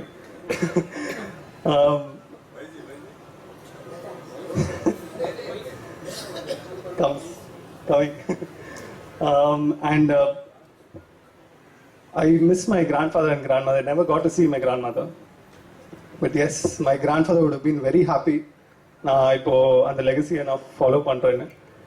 And I have my aunt Jaya Sridhar aunty who's done Ninaivellam Nithya, and my other aunt Rekha aunty who's in Bollywood, who's a star in Bollywood. அவங்க எல்லாரோட சப்போர்ட் எனக்கு இருக்கு. They are very happy to see that I am doing well in this. And one more thing I have to tell you, Rekha aunty வந்து she said நான் உங்கள் பாட்டி பார்த்துருக்கேன், she is a very close friend of mine also, like a mother சொன்னாங்க. And அவங்களோட ஆசை என்னன்னா அவங்க கூட நடிக்க முடியல, சாவித்ரி பாட்டியோட நடிக்க முடியல, ஆனால் she was wanting to act as my mother in one of the roles.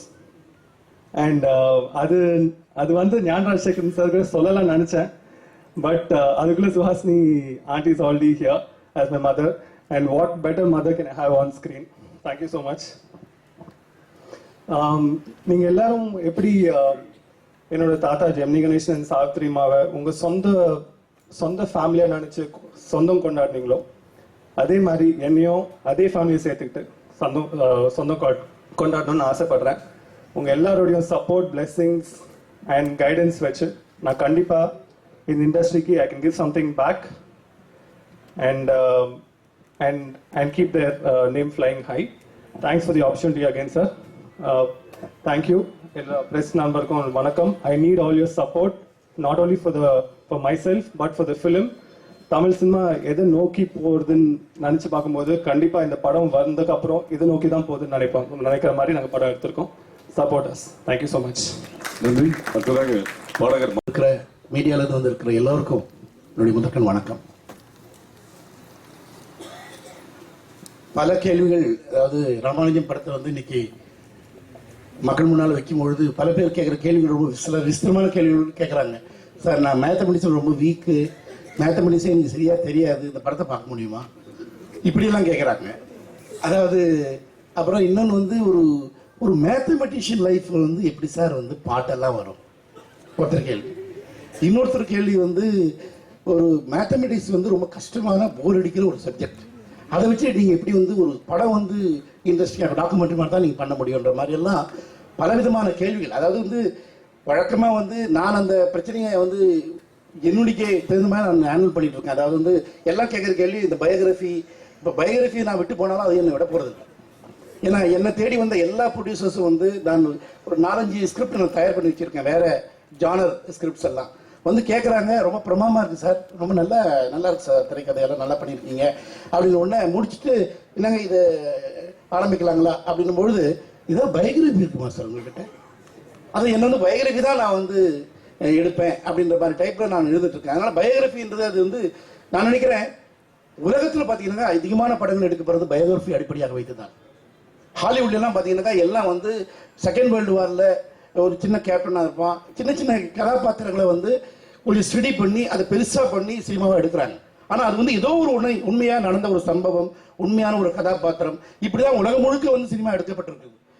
நம்ம ஊரில் தான், இந்தியாவில் தான் வந்து நடக்க இந்த ஆர்டிஃபிஷியல் ஹீரோஸை கிரியேட் பண்ணி அது பாட்டுக்கு இன்னைக்கு பாட்டுக்கு அது ஒரு நாளைக்கு ஒரு 30-40 ஹீரோஸ் வந்துட்டு இருக்காங்க வெளியே. மற்ற எந்த ஊர்லேயும் நடக்கிறது கிடையாது. இப்படி ஆர்டிஃபிஷியல் ஹீரோஸை வந்து கிரியேட் பண்ணி அவர் ரோட்டில் நடக்கும்போது அப்படியே ஜீப்பெல்லாம் பறக்கிறதும் எல்லாம் ஆகிறதெல்லாம் வந்து ஒன்லி தமிழ்நாட்டில் தான் நடந்துட்டு இருக்கு, இந்தியாவில் தான் நடந்துட்டு இருக்கு. நான் தமிழ்நாடு சொல்ல மாட்டேன், இந்தியாவில் தான் நடந்துட்டு இருக்கு. ஆனால் என்னென்ன உலகம் முழுக்க பார்த்தீங்கன்னாக்கா பயோகிராஃபி வச்சு பண்ணுறது வந்து ஒரு பெரிய சேலஞ்சாகவும் ரொம்ப யதார்த்தமானதாகவும் கருதுறாங்க. பட் தமிழில் வந்து நான் பண்ணும்போது இது வந்து என்னை பொறுத்த வரைக்கும் நான் ஒரு IAS அதிகாரியாக நான் கேரளத்தில் நான் பண்ணி முடிஞ்சேன். அங்கிருந்து நான் 95 என்னுடைய முதல் படம். என்னோட முதல் படம் வந்து பயோகிராஃபி கிடையாது, மோகமுள். அதுக்கு மிகப்பெரிய ஒரு ஆதரவு எனக்கு கொடுத்தாங்க. ரெண்டாவது முகம்னு ஒரு படம் பண்ணேன். மூணாவது தான் நான் பாரதியில் வந்து வந்தது. அந்த படத்துக்கு அப்போ கேரளாவில் வந்து என்ன கேட்டாங்க, இது வந்து எப்படிங்க இதெல்லாம் போய் அங்கே போய் பண்ணுறீங்க அப்படின்னு கேட்கும்போது நான் சொன்ன ஒரே ஒரு பதில் என்னன்னாக்கா, எனக்கு இங்கே வந்து நிச்சயமான எனக்கு ஒரு சப்போர்ட் இருக்குனாக்கா அதுங்க இங்கே இருக்கிற மீடியா சப்போர்ட் தாங்க. எனக்கு வந்து பத்திரிகையும் டிவியும் மீடியாவும் தான் வந்து எனக்கு மிகப்பெரிய சப்போர்ட்டாக மோகமுள் காலத்துலேருந்து எனக்கு இருந்திருக்காங்க. அதனால தான் நான் இன்னைக்கு கூட பார்த்தீங்கன்னாக்கா என்னுடைய இந்த ட்ரெய்லர் வந்து ரிலீஸ் வந்து அவங்க முன்னாலே நம்ம செய்வோம் அப்படின்னு நான் தீர்மானிச்சதுக்கு ஒரு காரணம் என்னுடைய முதுகெலும்பாக வந்து இருக்கிறது வந்து மீடியா தான் நான் நினைக்கிறேன். எனவே தான் நான் மீடியா முன்னால சொல்லிக்கிற ஒரு விஷயம் என்னன்னாக்கா, தயவு செய்து இந்த படம் வந்து அவார்டுக்கு தகுதியானதுன்னு சொல்லாதீங்க. ஏன்னா தமிழ்நாட்டில் வந்து அவார்டு படம்னாக்கா அவங்களுக்கு இருக்கிற அபிப்பிராயம் வந்து என்னன்னாக்கா போர் அடிக்கிற ஒரு படம். அது வந்து ஒருத்தன் வந்து இங்கிருந்து போவான், இது டூத் பேஸ்ட் எடுத்துக்கிட்டு பல்லு வளர்க்குவான், அதை காட்டுவாங்க, அப்புறம் அப்படியே நடந்துட்டே இருப்பான். இதுதான் இங்கே இருக்கிற ஒரு இப்போ நீங்கள் கேரளாவில் வந்து அவார்டு படம்னாக்கா நல்ல ஒரு ஸ்டாண்டர்ட் இருக்குன்ற மாதிரி அங்கே நினைக்கிறாங்க. பட் இங்கே நினைக்கிறது அது சில பேர் வந்து கடைசியில் நல்லா எழுதிட்டு கடைசியில் வந்து அவார்டு கொடுத்து பாராட்டலாம், அவார்டு கொடுக்கலாம், அப்படி நிறைய நேரத்துக்கு போகாதான்னு அர்த்தம். எனக்கு போர் அடிக்க போகுது இப்படின்னு ஒரு எச்சரிக்கை வர்றாங்க அவங்க, ஜாக்கிரதை இது அவார்டுன்னு. ஸோ அவார்டை வந்து நான் எப்படி பார்க்க கூட என்ன சார் இதுக்கு அவார்டு கிடைக்குமா சார், அவார்டு இருக்கான்னு சார் நீங்கள் சார் எப்படி சார் அவார்டுக்காகவே எடுத்துட்டு இருக்கீங்க படம், இப்படி தான் நம்மளை பார்த்து அனுதாபப்படுறாங்க எல்லாமே. ஆக்சுவலி அப்படி இல்லை. இது வந்து அவார்டுன்றதை பற்றி வந்து என்ன பொறுத்த வரைக்கும் வந்து நினைக்கா, அவார்டு வந்து அந்த ISI முத்திரை மாதிரி. ஒரு பொருளை வைக்கிறோம், ஒரு பொருளை வைக்கும் பொழுது ISI முத்திரை மாதிரி அதில் குத்துறதான் அவார்டு. அது ஒரு தரமானதுன்னு தீர்மானிக்கிறது தான் அவார்டை ஒழிய அதனுடைய விற்பனை என்பது வேற. அது நல்லா வித்தா தான் எங்களுக்கு மகிழ்ச்சியா இருக்கும். ஆனால் ஐஎஸ்ஐ முத்திரைக்காக நான் ஒரு பெரிய மகிழ்ச்சி அடைய முடியாது. அந்த ஐஎஸ்ஐ முத்திரை குத்தப்படுகிற அந்த பொருள் வந்து ஜனங்க எல்லாம் உபயோகிச்சு ஜனங்க பாராட்டினா தான் வந்து உண்மையான பாராட்டை ஒழிய வெறும் அவார்டுக்காக வந்து படம் எடுக்க முடியாது, எடுக்கவும் கூடாதுன்னு நான் நினைக்கிறேன். நான் இது வரைக்கும் வந்து என்னை பொறுத்த வரைக்கும் தமிழ் சினிமாவில் வந்து ஒரு வர்த்தக சினிமா இங்கே ஒரு ஆர்டிஃபிஷியல் வேர்ல்டு கிரியேட் பண்ணியிருக்கு. ஒரு நேர்மையான யதார்த்தமான ஒரு சினிமா நம்ம செய்யணும் அப்படின்ற ஒரு எண்ணத்தில் தான் நான் சினிமா செஞ்சுட்டு இருக்கேன். என்னுடைய படங்கள் எல்லாமே அந்த அந்த அடிப்படையாக தான் இயங்கிட்டு இருக்கு. நான் வந்து ஒரு சுவாரஸ்யம் என்னுடைய படத்தில் வந்து அதாவது வந்து உள்ள வரவுல வந்து அவனை வந்து வெளியனுப்பக்கூடிய இதுவாக இருக்கக்கூடாது, சுவாரஸ்யமான ஒரு படமாக இருக்கணும் அப்படின்ற ஒரே ஒரு லட்சியத்தோடு தான் நம்ம செஞ்சுட்டு இருக்கோம். என்னுடைய படங்கள் எல்லாமே வந்து அப்படிதான் தமிழ் ஜனங்களும் ஆதரிச்சிருக்காங்க. என்னுடைய ஒரே ஒரு வேண்டுகோள் என்னன்னாக்கா, இப்போ இதை பார்த்தீங்கன்னா இது வந்து ஒரு நிச்சயமா வந்து இது அவார்டு டாக்குமெண்ட்ரி படம் அல்ல. அதுதான் நான் வந்து திருப்பி நான் வலியுறுத்தி சொல்ல விரும்புகிறேன். அதே சமயத்தில் வந்து ராமானுஜம் வந்து ஒரு எல்லாம் சொன்னாங்க ராமானுஜம் எப்படிப்பட்டவர்னு சொல்லிட்டு. நான் வந்து உண்மையிலேயே வந்து அந்த குட்வில் ஹண்டிங்னு ஒரு படம் அதை பார்த்துட்டு என்னுடைய டாக்டர் வந்து அதை பற்றி சொல்லும் பொழுது அங்கே அமெரிக்காவில் வந்து வீட்டு அளவில் வந்து பேசும்பொழுது இன்னும் பெரிய ராமானுஜன் நினைப்பான்னு ஒரு கேரக்டர் இன்னொரு கேரக்டர் பார்த்து பேசும்பொழுது ராமானுஜத்தை வந்து அவன் அப்படி ஏதாவது பெரிய புஸ்தலியா நீ அப்படி சொல்ற மாதிரி அவன் நான் பெரிய ராமானுஜமான்னு கேட்கறான். பட் நம்ம தமிழ்நாட்டில் அப்படி சொல்றது இல்லை. நம்ம யாரும் தமிழ்நாட்டில் வந்து நமக்கு வந்து ராமானுஜத்தை பற்றி ஒன்றும் தெரியாது. அவன் 6ஆம் கிளாஸ்ல கேட்ட கேள்வி அதான் அந்த படத்துக்கு நாங்கள் ஃபர்ஸ்ட் கேள்வியாக வச்சிருக்கோம். 0/0 1 கிடைக்குமா சார்னு சொல்லி கேட்கிற கேள்வி தான் 6ஆம் கிளாஸ்ல அவன் கேட்ட கேள்வி. அது யூரோப்லையும் லண்டன்லையும் அமெரிக்காவிலையும் வந்து அதை பற்றி சிலாகிச்சு புஸ்தகங்கள் எழுதிட்டு இருக்காங்க. நாம ராமாயணத்தை பற்றி ஒரு பாட புஸ்தகத்தில் கூட ராமாயணத்தை பற்றி ஒரு நல்ல ஒரு ரைட்டப்போ நமக்கு கிடையாது. ஸோ நம்ம ஊரில் பிறந்தவன் நம்ம தமிழன் அவன் வந்து ஒரு ஜீனியஸ். அந்த ஜீனியஸை வந்து நம்ம அடையாளம் பண்ணுறது மட்டும் இல்லை, அவனை ஆதரிக்கவும் இல்லை. விவேகானந்தர் சொன்னார் வேத காலத்தில் தான் வந்து பெரிய பெரிய ஆளுங்கெல்லாம் பிறந்திருக்கான், பெரிய பெரிய ஜீனியஸ்லாம் பிறந்திருக்கான், சயின்டிஸ்ட்லாம் பிறந்திருக்கான். அதுக்கு பிறகு எங்கே போச்சு அதுன்னு கேட்குறாரு. எங்கே போச்சு அந்த உன்னதங்கள்லாம் எங்கே போச்சு? ஆரியப்பட்டாவெல்லாம் பண்ணதுக்கு பிறகு 16ஆம் நூற்றாண்டுல தான் அவன் யூரோப்பியனே கண்டுபிடிக்கிறான் எல்லாத்தையும். அதெல்லாம் இவன் வித்துட்டவன் இங்கே வேத காலத்திலேயே வித்துட்டு இருக்காங்க. அதெல்லாம் எங்கே போச்சுன்னு கேட்குறாரு. அப்போதான் நான் சிந்திச்சேன் அதுக்கு என்ன காரணம், ஏன் இந்தியாவில் வந்து ஒரு ஜீனியஸ் வந்து வளர முடியல, ஏதோ இந்தியாவில் ஏதோ ஒரு ப்ராப்ளம் இருக்குன்னு நான் நினைச்சேன். அதுக்கு வந்து ஒரு நல்ல ஒரு உதாரணமாக எனக்கு ராமானுஜன் கிடைச்சான். ராமானுஜனுடைய கதை வந்து இந்தியாவில் ஒருத்த ஜீனியஸா பிறந்தான்னா அவன் படுற கஷ்டம் தான் ராமானுஜன். நாம வந்து நம்ம வீட்டில் கூட ஒரு ஜீனியஸ் பிறந்தால் நீங்க இன்னைக்கு எழுதுங்க 2014 கூட நம்ம வீட்டில் ஒரு ஜீனியஸ் பிறந்தா அவனை நர்ச்சர் பண்றதுக்கான வழிமுறை நமக்கு தெரியல. நம்ம என்ன பண்ணுவோம், அவனுக்கு இன்ஜினியரிங் படிக்க வைக்கணும் உடனே தீர்மானிச்சிடும், குழந்தைகளுக்கு மேலே நம்ம தீர்மானிச்சிடும். இல்லை மெடிக்கல் காலேஜ் படிக்க வைக்கணும் போய் பிக்ஸ்ட் டெபாசிட் போட ஆரம்பிச்சிடுறாங்க. ஒரு குழந்தையினுடைய அதுக்கு வந்து விருப்பமான இது என்ன, அதுக்கு விருப்பமான ஆற்றல், அது என்ன ஆற்றல் இருக்கு, இப்படியெல்லாம் பார்க்காம நம்முடைய அபிலாஷிகளை குழந்தை நடத்திருக்கிறது தான் நம்ம பண்ணிட்டு இருக்கோம். அது 2014 பார்த்தீங்கன்னாக்கா அதுதான் நடந்துட்டு இருக்கு. எனவே பெற்றோர்களுக்கும் இந்த குழந்தைகளுக்கு வந்து நம்ம சொல்லக்கூடிய ஒரு விஷயம் ராமானுஜனுடைய கதை மூலமா இருக்குன்னு நான் நினைக்கிறேன். அதுதான் வந்து நான் நினைக்கிறேன் இந்த படத்தை வந்து 2014 எடுக்கிறதுக்கான காரணம் நான் நினைக்கிறேன். அதுதான் வந்து இன்னைக்கு இருக்கிற இளைஞர்கள் வந்து ரிலேட் பண்ணிக்கூடிய ஒரு விஷயம் நான் நினைக்கிறேன். அதாவது ஒரு ஜீனியஸ் இந்தியாவில் பிறக்கும்பொழுது அவன் படுகிற கஷ்டங்கள் என்ன, அது வீட்டு அப்பா முதல் கொண்டு அம்மா சப்போர்ட் பண்றாங்களே தவிர அம்மா அன்புனால சப்போர்ட் பண்றாங்க. அப்பா வந்து நான் சொல்றேன் இந்த கணக்குனால என்ன பிரயோஜனம், அந்த இடவு பிடிச்ச கணக்கு ஏன்னா பிடிச்சிட்டு இருக்க நீ வேற எதனா போயிட்டு படிச்சு எல்லாத்தையும் படிச்சு நல்ல வேலைக்குள்ள போய் இருக்கிற பாரான்றாரு. பிரின்சிபல் சொல்றாரு எனக்கு வந்து ஒரே ஒரு பாடத்துல மட்டும் பெரிய ஜீனியஸா இருக்கிற பையன் வேண்டாம், எல்லா பாடத்திலும் சராசரியா இருக்கிற பையன் தான் வேணும். என்ன அர்த்தம், 40 மார்க் எடுக்கிற பையனா தான் நமக்கு வேணும், நமக்கு ஒரு மார்க் எடுக்கிற பசங்க தான் வேணும், நமக்கு வந்து ஜீனியஸ் கேஸுங்க தான் வேண்டாம் இப்படின்னு ஒரு கல்வி ஸ்தாபனத்தினுடைய தலைவர் சொல்றாரு. ஸோ இப்படி பண்ணா அவன் எப்படி வழங்குவான்னு நான் கேட்கிறேன். ஜெயினியஸ் இருந்தாங்க அடுத்த நாள் விட்டுட்டு ஓடிட மாட்டான்.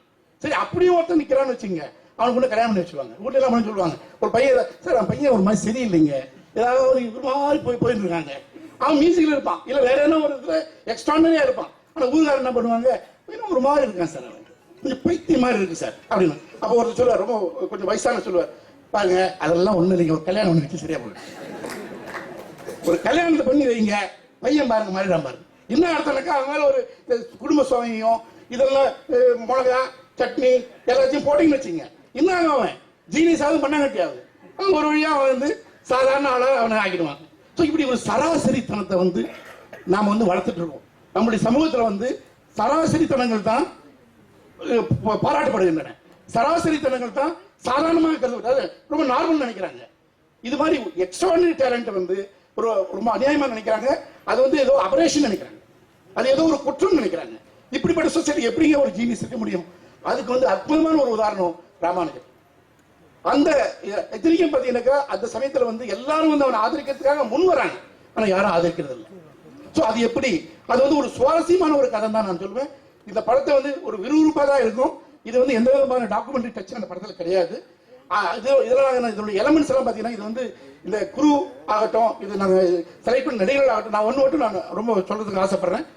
சுஹாசினி மேடம் முதல் கொண்டு எல்லா சீனியர் நட்சத்திர நடிகர்களும் இந்த படத்தில் நடிக்கிறாங்க.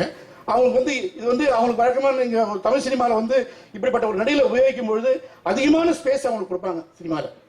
ஆனால் ராமானுஜன் படத்தில் வந்து என்னால் அந்த அதிகமான ஸ்பேஸ் கொடுக்க முடியாத ஒரு நிலைமை. ஏன்னா அவர் வந்து ஒரு பெரிய ஒரு சரித்திரத்தை சொல்றதுனால கொஞ்சம் நேரம் தான் நான் இருக்க முடியும். இப்போ சரத்பாபு சார் மாதிரி ஒரு ஆக்டர் வந்து நான் வந்து ஒரு 4 சீன் தான் உபயோகப்படுத்திருக்கேன். அதே மாதிரி இப்போ வைஜிஎம் மாதிரி இருக்கவங்களே நான் 3 சீன் 4 சீன் தான் உபயோகப்படுத்திருக்கேன். எல்லாரையுமே 4 சீன் தான் உபயோகப்படுத்திருக்கேன். இவர் வந்து 1 சீன் தான் உபயோகப்படுத்திருக்கேன். நம்ம கஜேந்திரன் சார். ஏன் சொல்லுவாருனாக்கா அப்படி நான் உபயோகப்படுத்தினாலும் கூட அவங்க வந்து இல்ல சார் நாங்கள் நடிக்கிறோம் சார் அப்படின்னு சொல்லி முன் வந்ததுக்கு வந்து நான் வந்து ரொம்ப ரொம்ப நன்றி செலுத்த கடமைப்பட்டிருக்கேன் எல்லாருக்கும். ஏன்னா வந்து அவங்க வந்து இது கேமியோ ரோல் தான், இது கௌரவ நடிகர்கள் மாதிரி வர வேண்டிய ரோல் மாதிரி நான் நினைக்குவாங்க சில பேர்.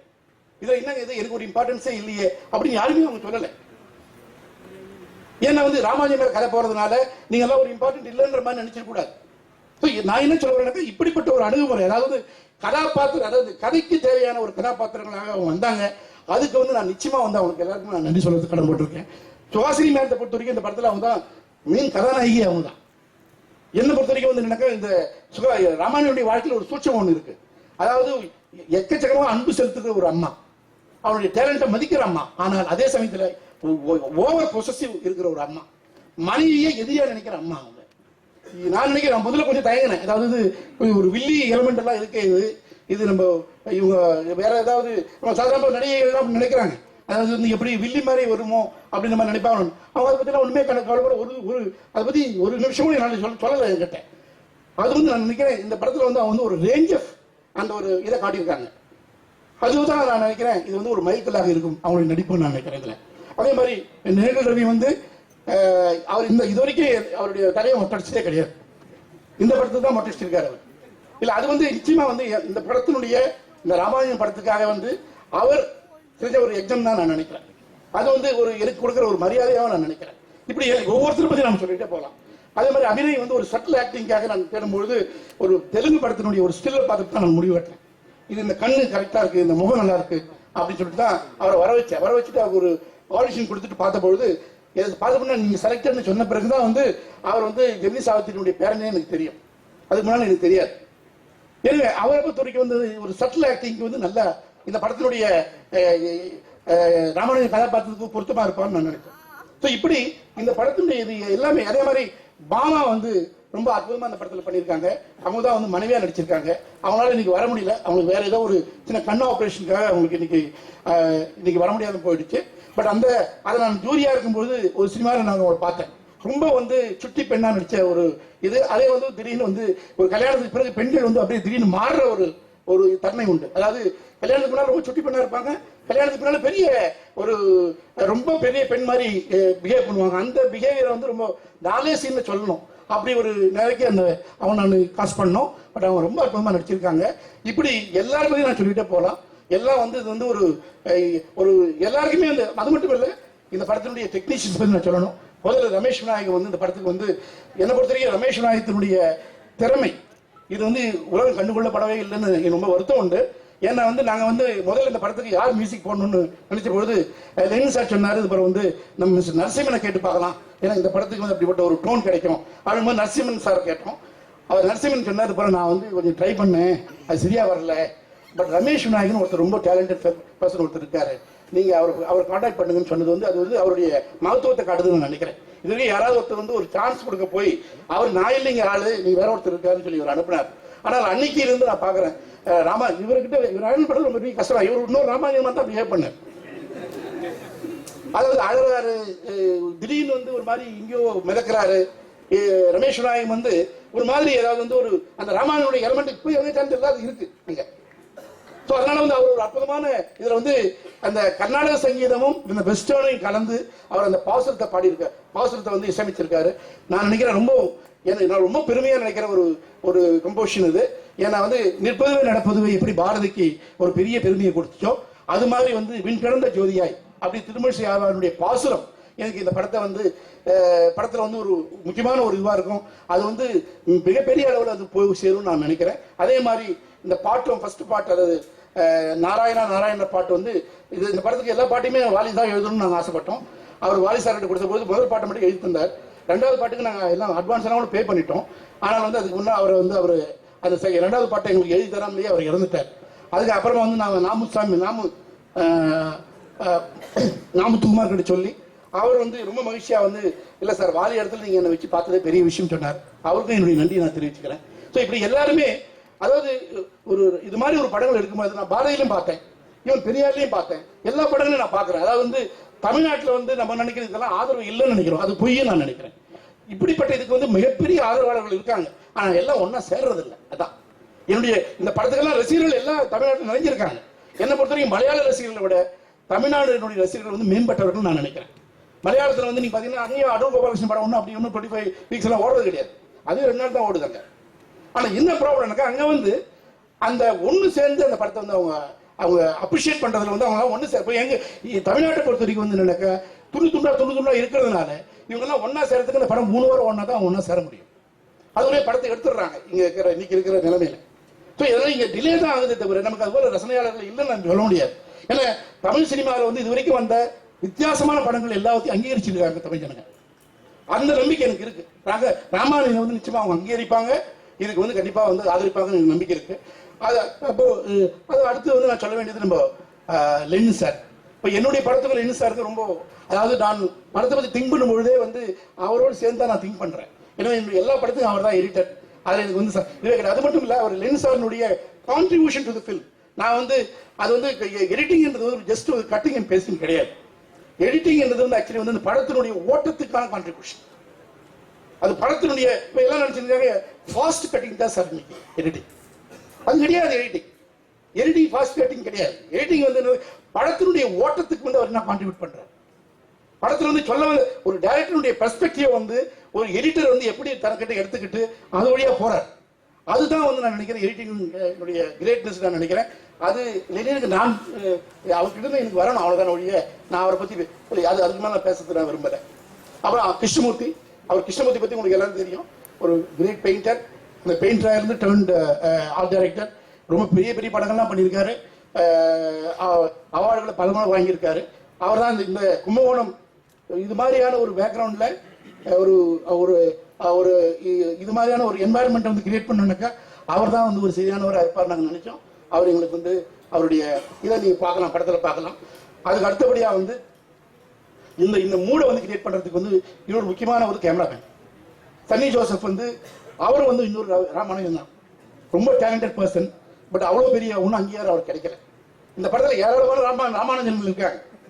அது ராமானுஜன் ஒரு ஆள் மட்டும் இல்லை, லெனின் வந்து ஒரு ராமானுஜன், நம்ம ரமேஷ் நாயக் ஒரு ராமானுஜன், அவர் சன்னி ஜோசப் ஒரு ராமானுஜன். அவரும் அற்புதமான மூட் கிரியேட்டர். அவர் என்னுடைய மோகமுழுக்கு வந்து அவர் தான் பண்ணாரு. ஸோ அவரை கூப்பிட்டு நாங்கள் அவர் தான் பண்ண வச்சோம். ரொம்ப அற்புதமாக அந்த படத்தை வந்து அவர் பண்ணியிருக்காரு. ரொம்ப எளிமையான லைட்டிங். அவருடைய கிரேட்னஸ் வந்து என்னக்கா ஒரு ஒரு ஒரு அற்புதமான படத்துக்கு வந்து கேமராமேன் இருக்கிறது தெரியக்கூடாதுன்னு சொல்லுவாங்க. அதுதான் வந்து சன்னி ஜோசப்னுடைய திறமைன்னு நான் நினைக்கிறேன். அதை வந்து என்னுடைய படத்துக்கு அவர் தந்திருக்காரு. அப்புறம் வந்து சகுந்தலா என்னுடைய மனைவியாக இருக்கிறதுனால நான் வந்து அது அவங்க பாராட்டக்கூடாதுன்னு ஒன்றும் கிடையாது.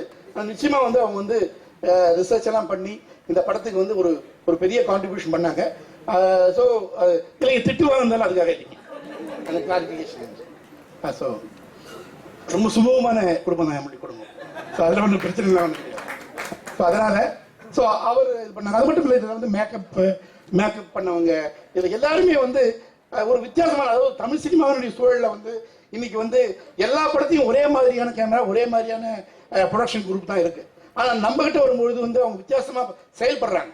அது வந்து எனக்கு ரொம்ப மகிழ்ச்சியா இருக்கு. அதனால தான் நான் நினைக்கிறேன் தமிழ்நாட்டில் வந்து நம்ம வந்து ஒரு அச்சீவ் பண்ணோம்னா அது மிகப்பெரிய அச்சீவ்மெண்ட்டாக இருக்கிறது காரணமே அதுதான். இப்போ மலையாளத்தில் வந்து ஒரு மிகச்சிறந்த ஒரு அச்சீவ்மெண்ட் கூட சாதாரண அச்சீவ்மெண்ட்டாக தான் கருதப்படுது. தமிழ்நாட்டில் வந்து நம்ம எதோ ஒன்று எல்லாம் ஆதரிக்க தொடங்கினாக்க ஸ்கை இஸ் தி லிமிட். அதுதான் வந்து தமிழ் சினிமானுடைய ஒரு விசேஷ தன்மையா நான் நினைக்கிறேன். அதனால நான் நடிகரை பத்தி நான் ஒவ்வொருத்த பத்தி சொல்ல முடியும். பட் நான் இப்போ என்னுடைய இதில் முக்கியமாக வந்து இந்த கடைசியாக வந்து நான் சொல்றது, இந்த படத்தை வந்து நாங்கள் எடுக்கும்பொழுது ரொம்ப பேர் எங்களுக்கு வந்து உதவி பண்ணாங்க. ரொம்ப ஆச்சரியமா இருந்து இப்போ கூட நாங்கள் இப்போ ரிலீஸ் பண்ணுறது கூட நாங்கள் பல பேர் அப்ரோச் பண்ணிட்டு இருக்கோம். ரொம்ப ஆச்சரியமா இருக்கு. அதாவது நாங்கள் 100 பேர் அப்ரோச் பண்ணோம்னாக்கா ஒருத்தர் கூட நெகட்டிவாக பேசல.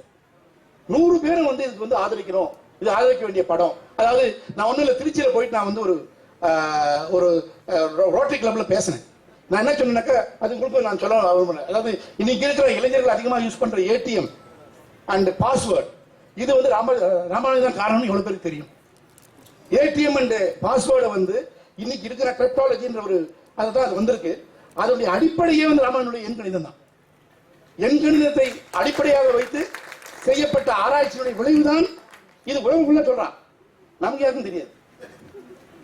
நம்ம நினைச்சு கணித மேதை கிடையாது. அவர் ரொம்ப கணக்கு 1 2 3 போட்டு இருப்பாரு. ஏதாவது இல்ல அவருடைய கணக்கு வந்து என்னன்னாக்கா அவங்களுக்கு யாருக்கும் புரியாது.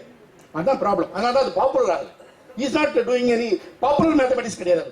இப்போ சகோதரா தேவி மாதிரி அது மாதிரி கிடையாது. அது மாதிரி பாப்புலர் மேத்தமெட்டிக்ஸ் கிடையாது. அவங்களுக்கு பியூர் மேத்தமெட்டிக்ஸ். பியூர் மேத்தமெட்டிக்ஸ்ல வந்து ஃபார்முலாஸ் அவர் எழுதியே போறாரு. அந்த ஃபார்முலாஸ் படி எழுதி கொடுத்துட்டாரு. அவர் 3000 4000 ஃபார்முலாஸ் எழுதியிருக்காரு. அதை வந்து இப்போ இவங்க கண்டுபிடிச்சிட்டு இருக்காங்க. அது எப்படி ஆன்சர் வருதுன்னு. அது 30% இன்னும் கண்டுபிடிக்காம இருக்கு. அவர் 1919 கண்டுபிடிச்சு எழுதின ஒரு ஃபார்முலா வந்து 2012 தான் அதை டிஸ்கவர் பண்ணாங்க. ஸோ இப்படிப்பட்ட ஒரு பெரிய மனுஷனை வந்து நாம வந்து ரொம்ப சாதாரணமா வந்து சும்மா கணித மேதை ராமானுஜன், அதான் அது ஒரு திட்டம் மாதிரி தான். எளவு குடிச்ச மேத்தமெட்டிக்ஸ் அப்பா திட்டம் மாதிரி அது ஒரு. இது வந்து எப்படி கொண்டு வர்றது, எப்படி தமிழ்நாட்டில் வந்து நம்மளுடைய ஒரு உன்னதத்தை வந்து எப்படி கொண்டு. இப்ப நான் சொன்ன உடனே அந்த திருச்சியில் வந்து ரொம்ப ஆச்சரியப்பட்டேன். எல்லாரும் ஒரே ஷாக் ஆயிட்டாங்க. ஷாக் ஆகிட்டு ஒருத்தர் வந்து எழுந்து பாரு சார், 4 நாள் நான் திருச்சியில் வந்து எல்லா ஷோவையும் நாங்கள் எடுத்துக்கிறோம். நாங்கள் ஆட்கள் நாங்கள் போட்டுக்குவோம். 4 நாள் நாங்கள் அந்த படத்தை ஓட்டுறோம்.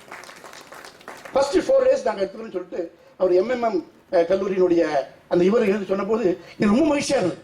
ஸோ இது மாதிரி பல இப்போ நல்லி செட்டியாருக்கு வந்து நாங்கள் ஷூட்டிங்காக இங்கே மெட்ராஸ் பழைய மெட்ராஸ் வீடுகளுக்காக தேடினோம். கடைசியில் பார்த்தோம், திரும்பி பார்த்தோன்னு இவர் அங்கே நுங்கம்பாக்கத்தில் வந்து ஒரு வீடு இருந்தது.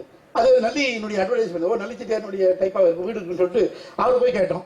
அவர் உடனே வந்து ஒரு நிமிஷங்க சொல்லிட்டு அவங்க மகன்கிட்ட கேட்டுட்டு நீங்கள் அதை எடுத்துக்கலாங்க, பட் அது இப்போ உள்ள யூஸ் பண்ணுற மாதிரி இல்லை, நாளைக்கு நான் என்ன பண்ணுறேன் எல்லாத்தையும் எடுத்து நான் பெயிண்ட் பண்ணி உங்களுக்கு தந்துடுறேன். உங்கள் வீட்டை வந்து பெயிண்ட் பண்ணி எங்களுக்கு ஷூட்டிங்காக கொடுத்தாரு. ஸோ இது மாதிரிலாம் வந்து நமக்கு வந்து ஆச்சு. அதே மாதிரி சாஸ்திரா யூனிவர்சிட்டி, ஸோ அவங்க தான் வந்து அந்த மியூசியத்தை மெயின்டைன் பண்ணுறாங்க. ராமானுஜன் பிறந்த இடத்தினுடைய மியூசியத்தை அவங்க தான் மெயின்டைன் பண்ணுறாங்க. ஸோ நாங்கள் அவங்கள போய் கேட்ட பொழுது அதை வந்து அவங்க என்ன சொன்னாங்க, ஒரு மாதம் மூட்டாங்க. மூடிட்டு நீங்கள் அதை யூஸ் பண்ணீங்க, நான் உள்ள எல்லாம் பெயிண்டிங் எல்லாம் மாற்றி எல்லாம் உள்ள நாங்கள் யூஸ் பண்ணோம். அதுக்கு வந்து சாஸ்திரா யூனிவர்சிட்டிக்கு வந்து நாங்கள் ரொம்ப ரொம்ப நன்றி கடன் பட்டவர்கள். ஏன்னா வந்து அது மாதிரி அவங்க ஒரு மியூசியத்தையே பூட்டிட்டு எங்களுக்கு வந்து அனுபவிச்சாங்க. இப்படி நாங்கள் போகிற இடத்துல எல்லாம் வந்து அதே மாதிரி தமிழ்நாடு கவர்மெண்ட் கூட எங்களுக்கு ரொம்ப விதத்தில் எங்களுக்கு உதவி பண்ணாங்க. எனக்கு நாமக்கல் டெம்பிளில் வந்து அந்த கருவறையில் வந்து யாருக்கு எதுக்கு ஷூட்டிங் அனுபவிச்சு கிடையாது. தமிழ்நாடு கவர்மெண்ட் எங்களுக்கு அனுபவிச்சிருக்கு. அது சாரங்கபாணி டெம்பிள், அப்புறம் அரசு கல்லூரிகள், இங்கே பிரசிடென்சி காலேஜ், அப்புறம் வந்து டவுன் ஹைஸ்கூல், இப்படி எங்கே போனாலும் வந்து ஒரு கேம்பிரிட்ஜில் வந்து கூட கேம்பிரிட்ஜில் வந்து அவங்க வந்து இது வரைக்கும் எந்த சினிமா படத்துக்குமே இது வரைக்கும் வந்து அவங்க அனுபவிச்சே கிடையாது. ஒன்லி டாக்குமெண்ட்ரிஸ் தான் அலவுட். கேம்பிரிட்ஜில் நீங்கள் போய் படம் பண்ணணுன்னாக்கா ஒன்லி டாக்குமெண்ட்ரிஸ் தான். முதல் முறையா உலகத்திலேயே ஒரு படத்துக்கு அனுபவிச்சு நம்மளுடைய படத்துக்கு தான் உடைச்சி அரசாங்கமும் சரி நம்ம ஜனங்களும் சரி பழசையெல்லாம் உடைக்கிறது. உடைச்சிட்டு கான்கிரீட்ல புதுசா கட்டி அப்படி நின்று பார்த்து மகிழ்ச்சி. பட் அங்க நீங்க போய் எனக்கு அமெரிக்காவில் வந்து அவங்க 1600 வந்து இருந்த பில்டிங் அப்படியே மெயின்டைன் பண்றாங்க. கரண்ட் ஒயர்ஸ் எல்லாம் வந்து உள்ள போட்டுக்கிறோம். அதை நீங்க டச் பண்ண முடியாது. கேம்பிரிட்ஜ் வந்து கேம்பிரிட்ஜ் வந்து ஒரு டைரக்டர்ஸ்னுடைய ஒரு சொற்களை வந்தது. அப்ப அங்க வந்து ஒரு சின்ன ஒரு இன்சிடென்ட் பண்ண சொல்றேன். அங்க போறவங்க வந்து அங்க இதை போய் பாத்தீங்கன்னாக்கா ஆர்ட் டிபார்ட்மெண்ட் இதுக்காக போய் பாத்தீங்கன்னாக்கா துணிகளை வச்சிருக்காங்க. இந்த துணிகளை வச்சிருக்கிறது வந்து பீரியட் வைஸா வச்சிருக்காங்க. 1900 1910 அப்போ யூஸ் பண்ண ப்ராக்கு, அப்போ யூஸ் பண்ணதெல்லாம் டிசைன். இப்படி ஒவ்வொரு 10 வருஷத்துக்கு வந்து சேஞ்ச் ஆகிற டிசைன்ஸ் வச்சிருக்கான். அப்புறம் பில்டிங் வந்து நாங்கள் ஒரு ஹோட்டலில் போயிட்டு ஒரு ஃபர்னிச்சர் கேட்குறோம், இந்த ஒரு ஃபர்னிச்சர் தர பண்ணிக்கலான்னு சொல்லிட்டு. அப்போ அந்த அம்மா அந்த எம்டி ஒரு அம்மா அவங்க நான் சொன்னது போல வந்து எங்களுக்கு போல ராமானுஜன் படம் எடுத்துட்டு இருக்கோம், எங்களுக்கு 1919 எங்களுக்கு ஒரு ஃபர்னிச்சர் வேணும். இது 1930, இது நீங்கள் யூஸ் பண்ண முடியாது. அவங்க சொல்கிறாங்க 1919 நம்ம கேட்குறோம், அவங்க 1930 இது. அவங்க கிட்ட எல்லா ஃபர்னிச்சருக்கும் அவங்களுடைய ஏஜ் தெரியுது. ஸோ இப்படிப்பட்ட மைண்ட் எல்லாம் அவங்க மூவ் பண்ணிட்டு இருக்காங்க. நாம என்ன பண்றோம்னாக்கா நம்ம வந்து நம்மளுடைய எல்லாமே தப்பா இருக்கு, நம்மளுடைய ஆர்டிஸ்டிக் திங்ஸ் எல்லாம் கூட தப்பா இருக்கு பல விஷயங்கள். ஸோ அப்படிப்பட்ட ஒரு சூழ்நிலை வந்து நாம வந்து இங்க வந்து ஒரு பழமையை நிறுவனத்துக்கு வந்து நான் நிச்சயமா வந்து ஆர்ட் கிருஷ்ணமூர்த்தி, சகுந்தலா இவங்களுக்கெல்லாம் நான் ரொம்ப நன்றி கடன் பட்டவன். எனக்கு இங்க 1920 எஸ்டாப்ளிஷ் பண்ணது அவ்வளோ கஷ்டம். ஏன்னா நம்ம அகேன்ஸ்ட் தி ட்ரெண்டை தான் நம்ம பண்ண வேண்டியதா. ஸோ இப்படி இந்த படத்துக்கு வந்து பல சேலஞ்சஸ் இருந்ததுங்க. ஆனால் வந்து அந்த சேலஞ்சஸ் எல்லாம் பொய்யாக்கி நம்ம ஸ்ரீவத்சன், சரண்யன், சுஷாந்த், சிந்து இவங்க 4 பேர் கொண்ட ஒரு டீம். அதாவது அவங்க வந்தபோது அவங்க நேரம் என்கிட்ட வந்தாங்க. ஆரம்பம் இப்படி தான் இருந்தது. நான் வந்து ஒன்று வழக்கம் போது நான் என்ன பண்ணேன், சினிமா எடுக்கணும்னு ஆசை இருக்குங்க, நீங்கள் ஏதாவது கதை இருந்தால் சொல்லுங்கன்னு. நான் வழக்கம் போது வேற ஒரு கதையை தான் சொன்னேன். வேற ஒரு கதையை சொன்னேன். கதை சொன்னோன்னா அவங்க ரொம்ப நல்லா இருக்குங்க. அப்புறம் நான் கதையோ இது ஆல்மோஸ்ட் ஆயிடுச்சு போல் இருக்கு அப்படின்னு சொல்லி நம்ம மேற்கொண்டு பேசலாமான்ற மாதிரி டைப்பில் நான் வந்திருக்கேன். அப்போ தான் இவங்க சொன்னாங்க, இல்லைங்க பயோகிராஃபி தானே இருக்கா. அப்போ நான் சொன்னேன் பயோகிராஃபினாக்கா இல்லைங்க பயோகிராஃபி தான் நாங்கள் எடுக்கணும்னு முடிவு பண்ணியிருக்கோம், அது நீங்கள் எடுக்கணும்னு நாங்கள் முடிவு பண்ணியிருக்கோம். ஸோ நீங்கள் பயோகிராஃபிஸ் ஏதாவது சொல்லுங்க. அப்போ அப்போதான் நான் ராமாயணத்தை யோசித்து வச்சிருந்தேன். ஸோ ராமாயணம் உடனே அவங்க வந்து ஒத்துக்கிட்டாங்க. ஸோ அதனால இது வந்து இந்த படத்தை தான் எடுக்கணும், இப்படிதான் ஒரு சாதனை செய்யணும் அப்படின்ற ஒரே ஒரு ஃபோக்கஸோடு வந்த ஒரு டீம். ஐ திங்க் அது தமிழ்நாட்டில் யாருங்க கிடைக்குமான்றது ரொம்ப டஃப். அப்படிப்பட்ட ஒரு டீமுக்கு என்னுடைய ஏதாவது இதனுடைய ஒரு வெற்றி எதாவது இருந்தால் அதை நான் அவர்களுக்கு தான் சமர்ப்பிக்கிறேன். நன்றி, வணக்கம். மீடியாவை தான் நான் நம்பிட்டு இருக்கேன். ஸோ மீடியா வந்து என்னை சப்போர்ட் பண்ணணும், இந்த படத்தை வந்து ப்ரொமோட் பண்ணணும். மாலி சார் கொஞ்சம் உட்காருங்க. மாலி சார் கொஞ்சம் உட்காருங்க. நன்றி. திரு வைஜம்பதி சொன்னதை நான் எல்லாருக்கும் உறுதிப்படுத்துறது, இது கமர்ஷியலா அந்த படம் நல்லா போகணும்னு எல்லாரும் ஆசைப்படுறோம். கண்டிப்பா போகுங்கிறதுக்கு உறுதிமொழி மாதிரி சொன்னார் லெனின். என்ன காரணம்னா, போன வருஷம் நவம்பர் 2013 இதை சென்சார் பண்ணி போன வருஷம் இருந்த அந்த கவர்மெண்ட் இருந்த ஜூரிக்கு அவார்டு காமிச்சு ஒரு அவார்டு கூட கிடைக்கலையா. அதனால கண்டிப்பா இது கமர்ஷியலா பிரமாதமா ஓடும். ஸோ உங்களுக்கு இந்த கவலையே வேண்டாம், இது கமர்ஷியலா ஹிட் ஆகும். ஏன்னா ஒரு அவார்டு கூட இந்த படத்துக்கு கொடுக்கலையா. ஸோ தயவு செஞ்சு அவார்டு படம் எழுத வேண்டாம் நீங்க. இது நாட் அன் அவார்ட் படம், கமர்ஷியல் படம் தான். ஒன்று ஆட் பண்ண வந்துட்டேன் நான். இங்கிலீஷில் ஒரு ப்ராவர்ப் இருக்கு, grass is always greener on the other side. தமிழ்லனா எப்படின்னா, நம்ம ஆத்து ஃப்ளவர் வந்து ஃப்ளவரோட பக்கத்து ஆத்து ஃப்ளவர் இன்னும் மணமணக்குது, இன்னும் பியூட்டிஃபுல்லாக இருக்குன்னு சொல்லுவாங்க. அந்த மாதிரி நான் எல்லாருமே தேங்க் பண்ணிட்டு என்னோட ஃபேமிலியை தேங்க் பண்ண மறந்துட்டேன். So I thank my tata party, my mom and dad, my brother, my sister-in-law, his daughter, and mainly my wife Aparna, who's here. Thank you so much for all the support which I've got. இது அவங்க சொல்லி நான் சொல்லாங்க, நானே நான் சொல்றேன். So thank you so much. First people